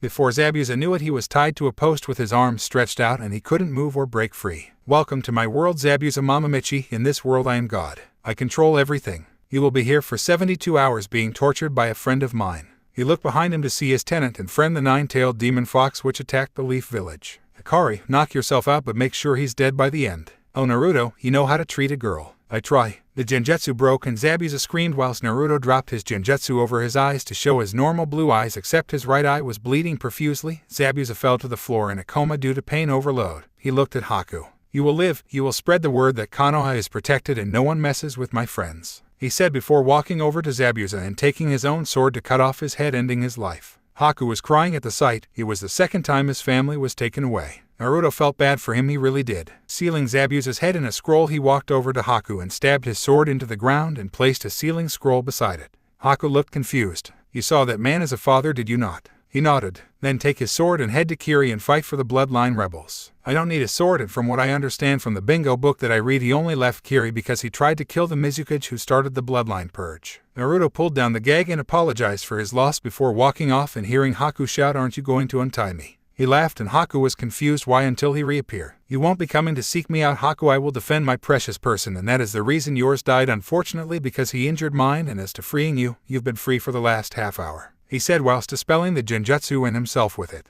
He cursed. That boy was good with genjutsu, and from what he said he excelled in nin, tai, and kenjutsu as well. He would be sure to spread the word about the boy who used red chakra sabers and killed Zabuza Mamamichi, the demon of the mist, if only to cause the boy issues in the future. He would be remembered as Konoha's Red Devil. Naruto was already well away from this Haku character that was with Zabuza in case he decided to try and attack him when he was slightly weakened from using his Mangekyo. He waited for 20 minutes to calm down a bit from the fight he just had. That Tsukuyomi takes a shit ton of chakra even for him. He checked his levels and found that he was down to 3/4 after that little genjutsu of his. His eye stopped bleeding and he popped a soldier pill to get his levels back up. He originally liked the idea of running in with Susanoo and see how they dealt with that, but came up with a better idea. He was a one-man army after all, so why not put it to use? He created 50 high explosive clones and they each had high Chunin level chakra, enough to blow everything to Kingdom Come and back. He told them to henge into various small animals and bugs and infiltrate the camp, but not the main building. He would take that himself. After 30 minutes more of waiting and his chakra levels sufficiently restored after he created his little army, which took a lot of chakra considering one explosive bushin is worth 5 normal cage bushin. He used his ambu level stealth to sneak into the mansion, missing all the guards including the ones on the roof. He killed the 2 outside Gato's office quickly and quietly. He Sparta kicked Gato's door and found him sitting at his desk trying to rape a young woman. She couldn't be over 14, and I say trying because he is too small to reach her when she bent over. Gato looked over to the door and found a man covered in blood, but none of his guards screamed, so it couldn't have been them. It must have been his earlier fight with Zabuza. Naruto mused. "Oh Gato, I'm about to kill everyone here except your little slaves and take them back to Wave to their families. Now you have a chance to live if you do 2 things," he said in a sweet voice that promised pain. "And what are they, Nin-san?" he asked, scared for his life. 1. You will sign over your company to Konoha where it will be passed down to the respective cage at the time, and 2. I'm going to raid your vault for stuff because I can. Deal, he shouted rather quickly, already drawing up the paperwork. It seemed this worm knew when he was either beat or when to save his life. The woman that he was trying to rape hugged him closely and he just told her to get dressed and wait outside. He explained that the guards were dead, so it was fine. After signing the paperwork his eyes shifted again. "Amaterasu," he said as black flames consumed Gato's body. He walked away muttering, "I said you had a chance, that didn't mean you would." Naruto walked downstairs towards the vaults whilst clutching his left eye. It was bleeding profusely due to the Mangekyo. Just as it stopped he arrived at the vaults. He killed the 2 guards and walked into the vaults. Gato was nice enough to give him the combination before he died. The walls were lined with scrolls from different villages, rare jutsu that he couldn't use due to not being a ninja but kept for sales purposes. Different elements, Raiten, Suten, Daten, Katen and Futon. There were even a few Mokiden which surprised him. He came to the conclusion that someone stole them from the Senju clan. Their loss is gain. He filled a spare storage scroll he had with about 700,000 ryo that was laying in the vault before filling another with the rest. He would have the 700,000 one whilst the village would have the other one that had millions of ryo. The woman led him to the slave rooms. Some men were violating the woman and this made him mad, so he killed them quickly and painlessly. When done he stood in front of them and said, "All right, listen, I am Naruto Uzumaki, a ninja of Konoha. Outside this mansion are about 300 thugs and bandits and they are about to die. Then I'm taking you back to Wave so you can go home. I will hand a scroll with money from Gato's vaults to the daimyo to help rebuild Wave," he said before creating a clone and dispelling it to let the other clones know it was time to detonate. Blast upon blast was heard outside of the mansion and screams could be heard. He turned to the woman. "It's all right, they were my explosive clones. I left to go boom and kill the bandits," he said, calming some of the woman down. The explosions died down and Naruto walked out with the woman behind him into what could only be described as a war zone. There were bodies everywhere, some in pieces and some not. Some were alive but not for long. The woman hurried up behind the man who calmly walked through the carnage. He turned and told them to get behind him, and when they did he said, "What I'm about to do is going to take a lot out of me, so I will need help walking back to Wave if you don't mind." They all nodded. It was the least they could do for this man who saved them. Naruto smiled and turned to face the mansion with all the bodies in front of it. He closed his eyes and formed the ram seal to gather his chakra before opening his left eye and shouting Amaterasu. Black flames sprouted from his eyes, covering the mansion and the courtyard in them before they burnt to leave nothing left. He opened his right eye to reveal his Mangekyo and the flames immediately died down, showing no signs that they were ever there except ash on the ground. Naruto stumbled back a bit holding both eyes and grunted. "These Mangekyo techniques hurt like a bitch. I hope when I get the Eternal that they don't bleed like this." The woman he saved earlier from being raped by Gato caught him and smiled at him. "Arigato." She nodded and started walking with his arm over her shoulder providing support towards Wave. Halfway there he decided to pop another soldier pill. He knew this was dangerous, but if any of Gato's men were still around then he would need to protect the women. He heard Hikari agree, I will take care of your body when you sleep, but you will be out for about 3 days. What needs done needs done. Walking into town he could see that people were walking around. It was about 7 in the morning at the moment and he had been up all night. He needed rest. Shearing was immediate and they all said it was thanks to Naruto. He sighed and thanked God that he had enough chakra for a shunshin to Tezuna's. As soon as he reappeared at Tezuna's front door he fell to a knee and began breathing heavily before coughing up a little bit of blood. He wasn't surprised, it was part of the Manjikayo issue that was soon to be solved. He banged on the door twice before he heard footsteps from inside the house. Sakura answered before seeing Naruto and screamed. He inwardly cursed her banshiness. Everyone came running to see Naruto on his knees breathing heavily except Kurenai, who was still asleep due to chakra exhaustion. Naruto, what the hell, you were meant to scout, said Kakashi. Would you believe me if I said Zabuza caught me? He asked pleadingly. The genin seemed to accept this but Kakashi frowned. Fuck no, I sent you because I knew you wouldn't be caught. Fine, I killed Zabuza, went to Gato's mansion, killed him, freed the slaves, killed 300 bandits before burning his mansion to the ground and using too much chakra. So can one of you carry me up to bed? He asked whilst throwing 2 scrolls at Kakashi. One contains Zabuza's head, his apprentice. Adoptive son got away but I think he got the message, and the other contains funds for the Wave Daimyo to rebuild Wave, not to mention the paperwork stating that Gato signed over Gato Industries to Konoha in the respective cage at the time. Now someone take me to bed, I'm about to collapse. And with that he closed his eyes and fell face first. No one said anything before Kakashi picked him up and took him to one of the spare bedrooms and let him sleep.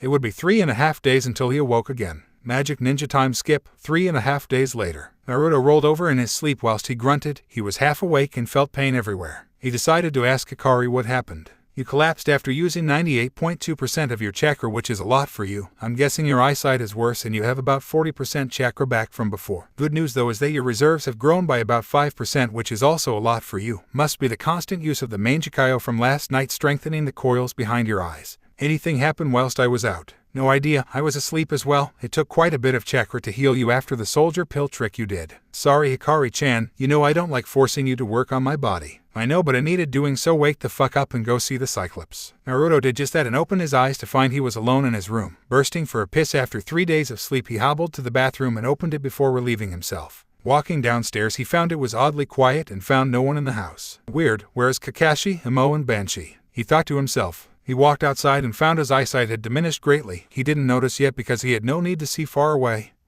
He sighed. This was going to be problematic until he got the transplant. Activating his Sharingan under Genjutsu he found he could see normally and not more advanced like when he used to use the Sharingan. He sighed again and looked for any chakra usage. He found the teams in a clearing about half a mile away from Tezuna's house doing tree climbing.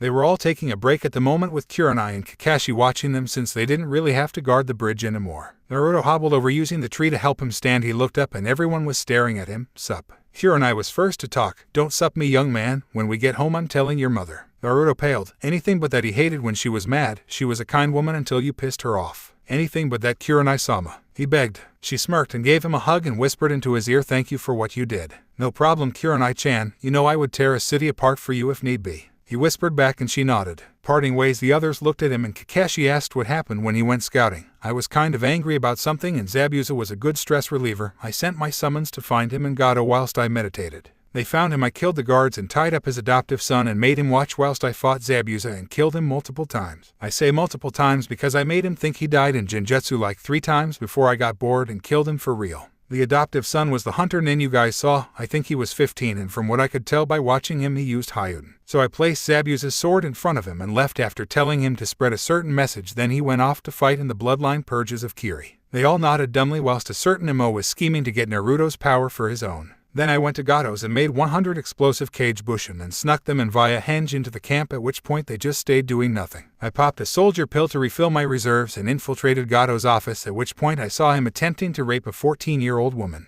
I say attempting because he was a midget and couldn't reach her. I forced Gato to sign over Gato Industries to the residing Hokage of the Hidden Leaf Village, and it will never be in the council hands, so they can't steal from the company. I then raided the vaults and maybe stole all his rare jutsu that he had and stored them in a blood storage seal. He said not really wanting them, or rather Sasuke and Sakura, to hear the end of the last bit.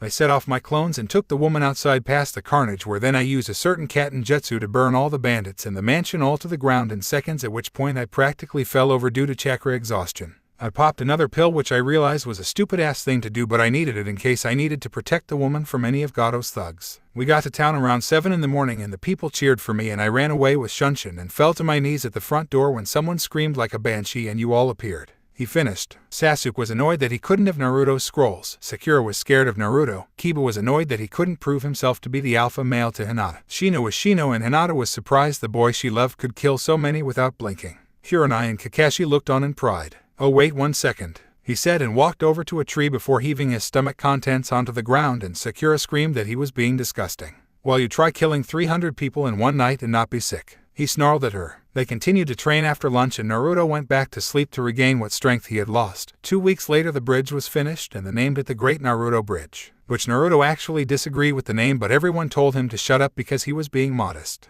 Naruto remembered his talk with Kurenai after he was healed, explaining what really happened. Flashback. Kurenai was in the forest at night by a small lake watching the moon, and Naruto was out walking for some air. He was still trying to get over what had happened and was slightly angry with himself for taking so many lives, but he remembered what his brother once said that their mother had told him after a similar mission where Itachi had to slaughter hundreds of bandits at a young age by himself. He said, "Kill one, save 1,000. The bandits we kill are nothing but thieves and liars that do nothing to help those around them.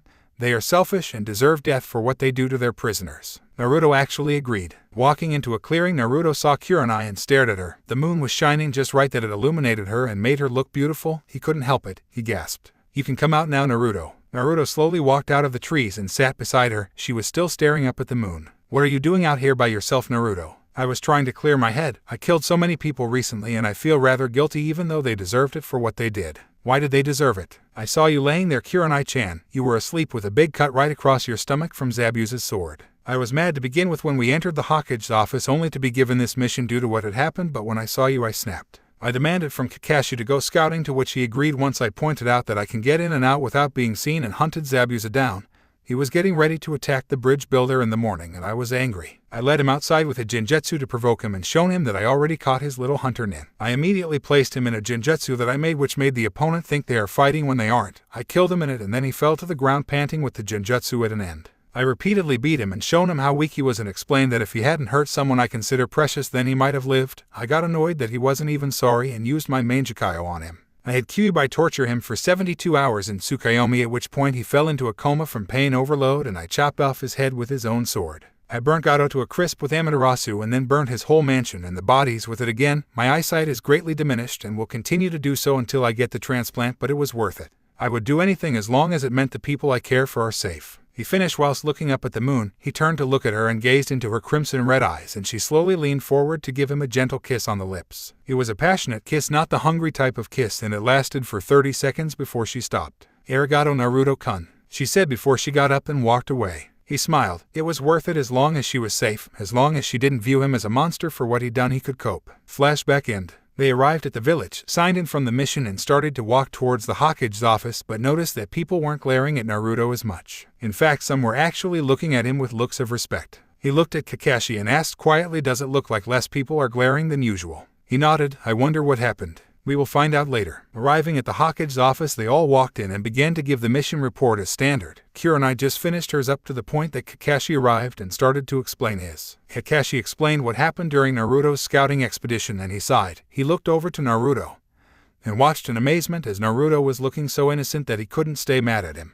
"Damn puppy eyes, no jutsu shouldn't work for a 13-year-old. I'm labeling that a kenjutsu. If it gets out, everyone is going to use it." It came to the end of the report and everyone left except the Jonin and Naruto. Naruto threw a scroll to the Hokage and he looked at it before asking what it was. "That is Zabuza's head for bounty collection and the deed to Gato Industry that I made him sign over before I may or may not have killed him." He smiled innocently at the Hokage, who just sighed. "Will you be happy when I die of stress due to headaches caused by you, Naruto? This is going to take so much goddamn paperwork." Naruto smiled and tossed another scroll. "Read that when we get out of this meeting and are out of the tower. Also, you wouldn't happen to know why villagers don't seem to glare openly anymore, do you? In face, some seem to respect me in some small minuet way. Well, it seems you're famous." "How so?" He tossed Naruto a book and told him to turn to page 113 and read it out loud. Name: Naruto Uzumaki. Alias: Konoha's Redo Kiba. Rank: A. Village: Konoha. Description: blue eyes, blonde hair, 5 feet 6, 3 whisker marks on each cheek, well built with black ambu cargo trousers, orange hoodie with no shirt and a necklace with crystals on it.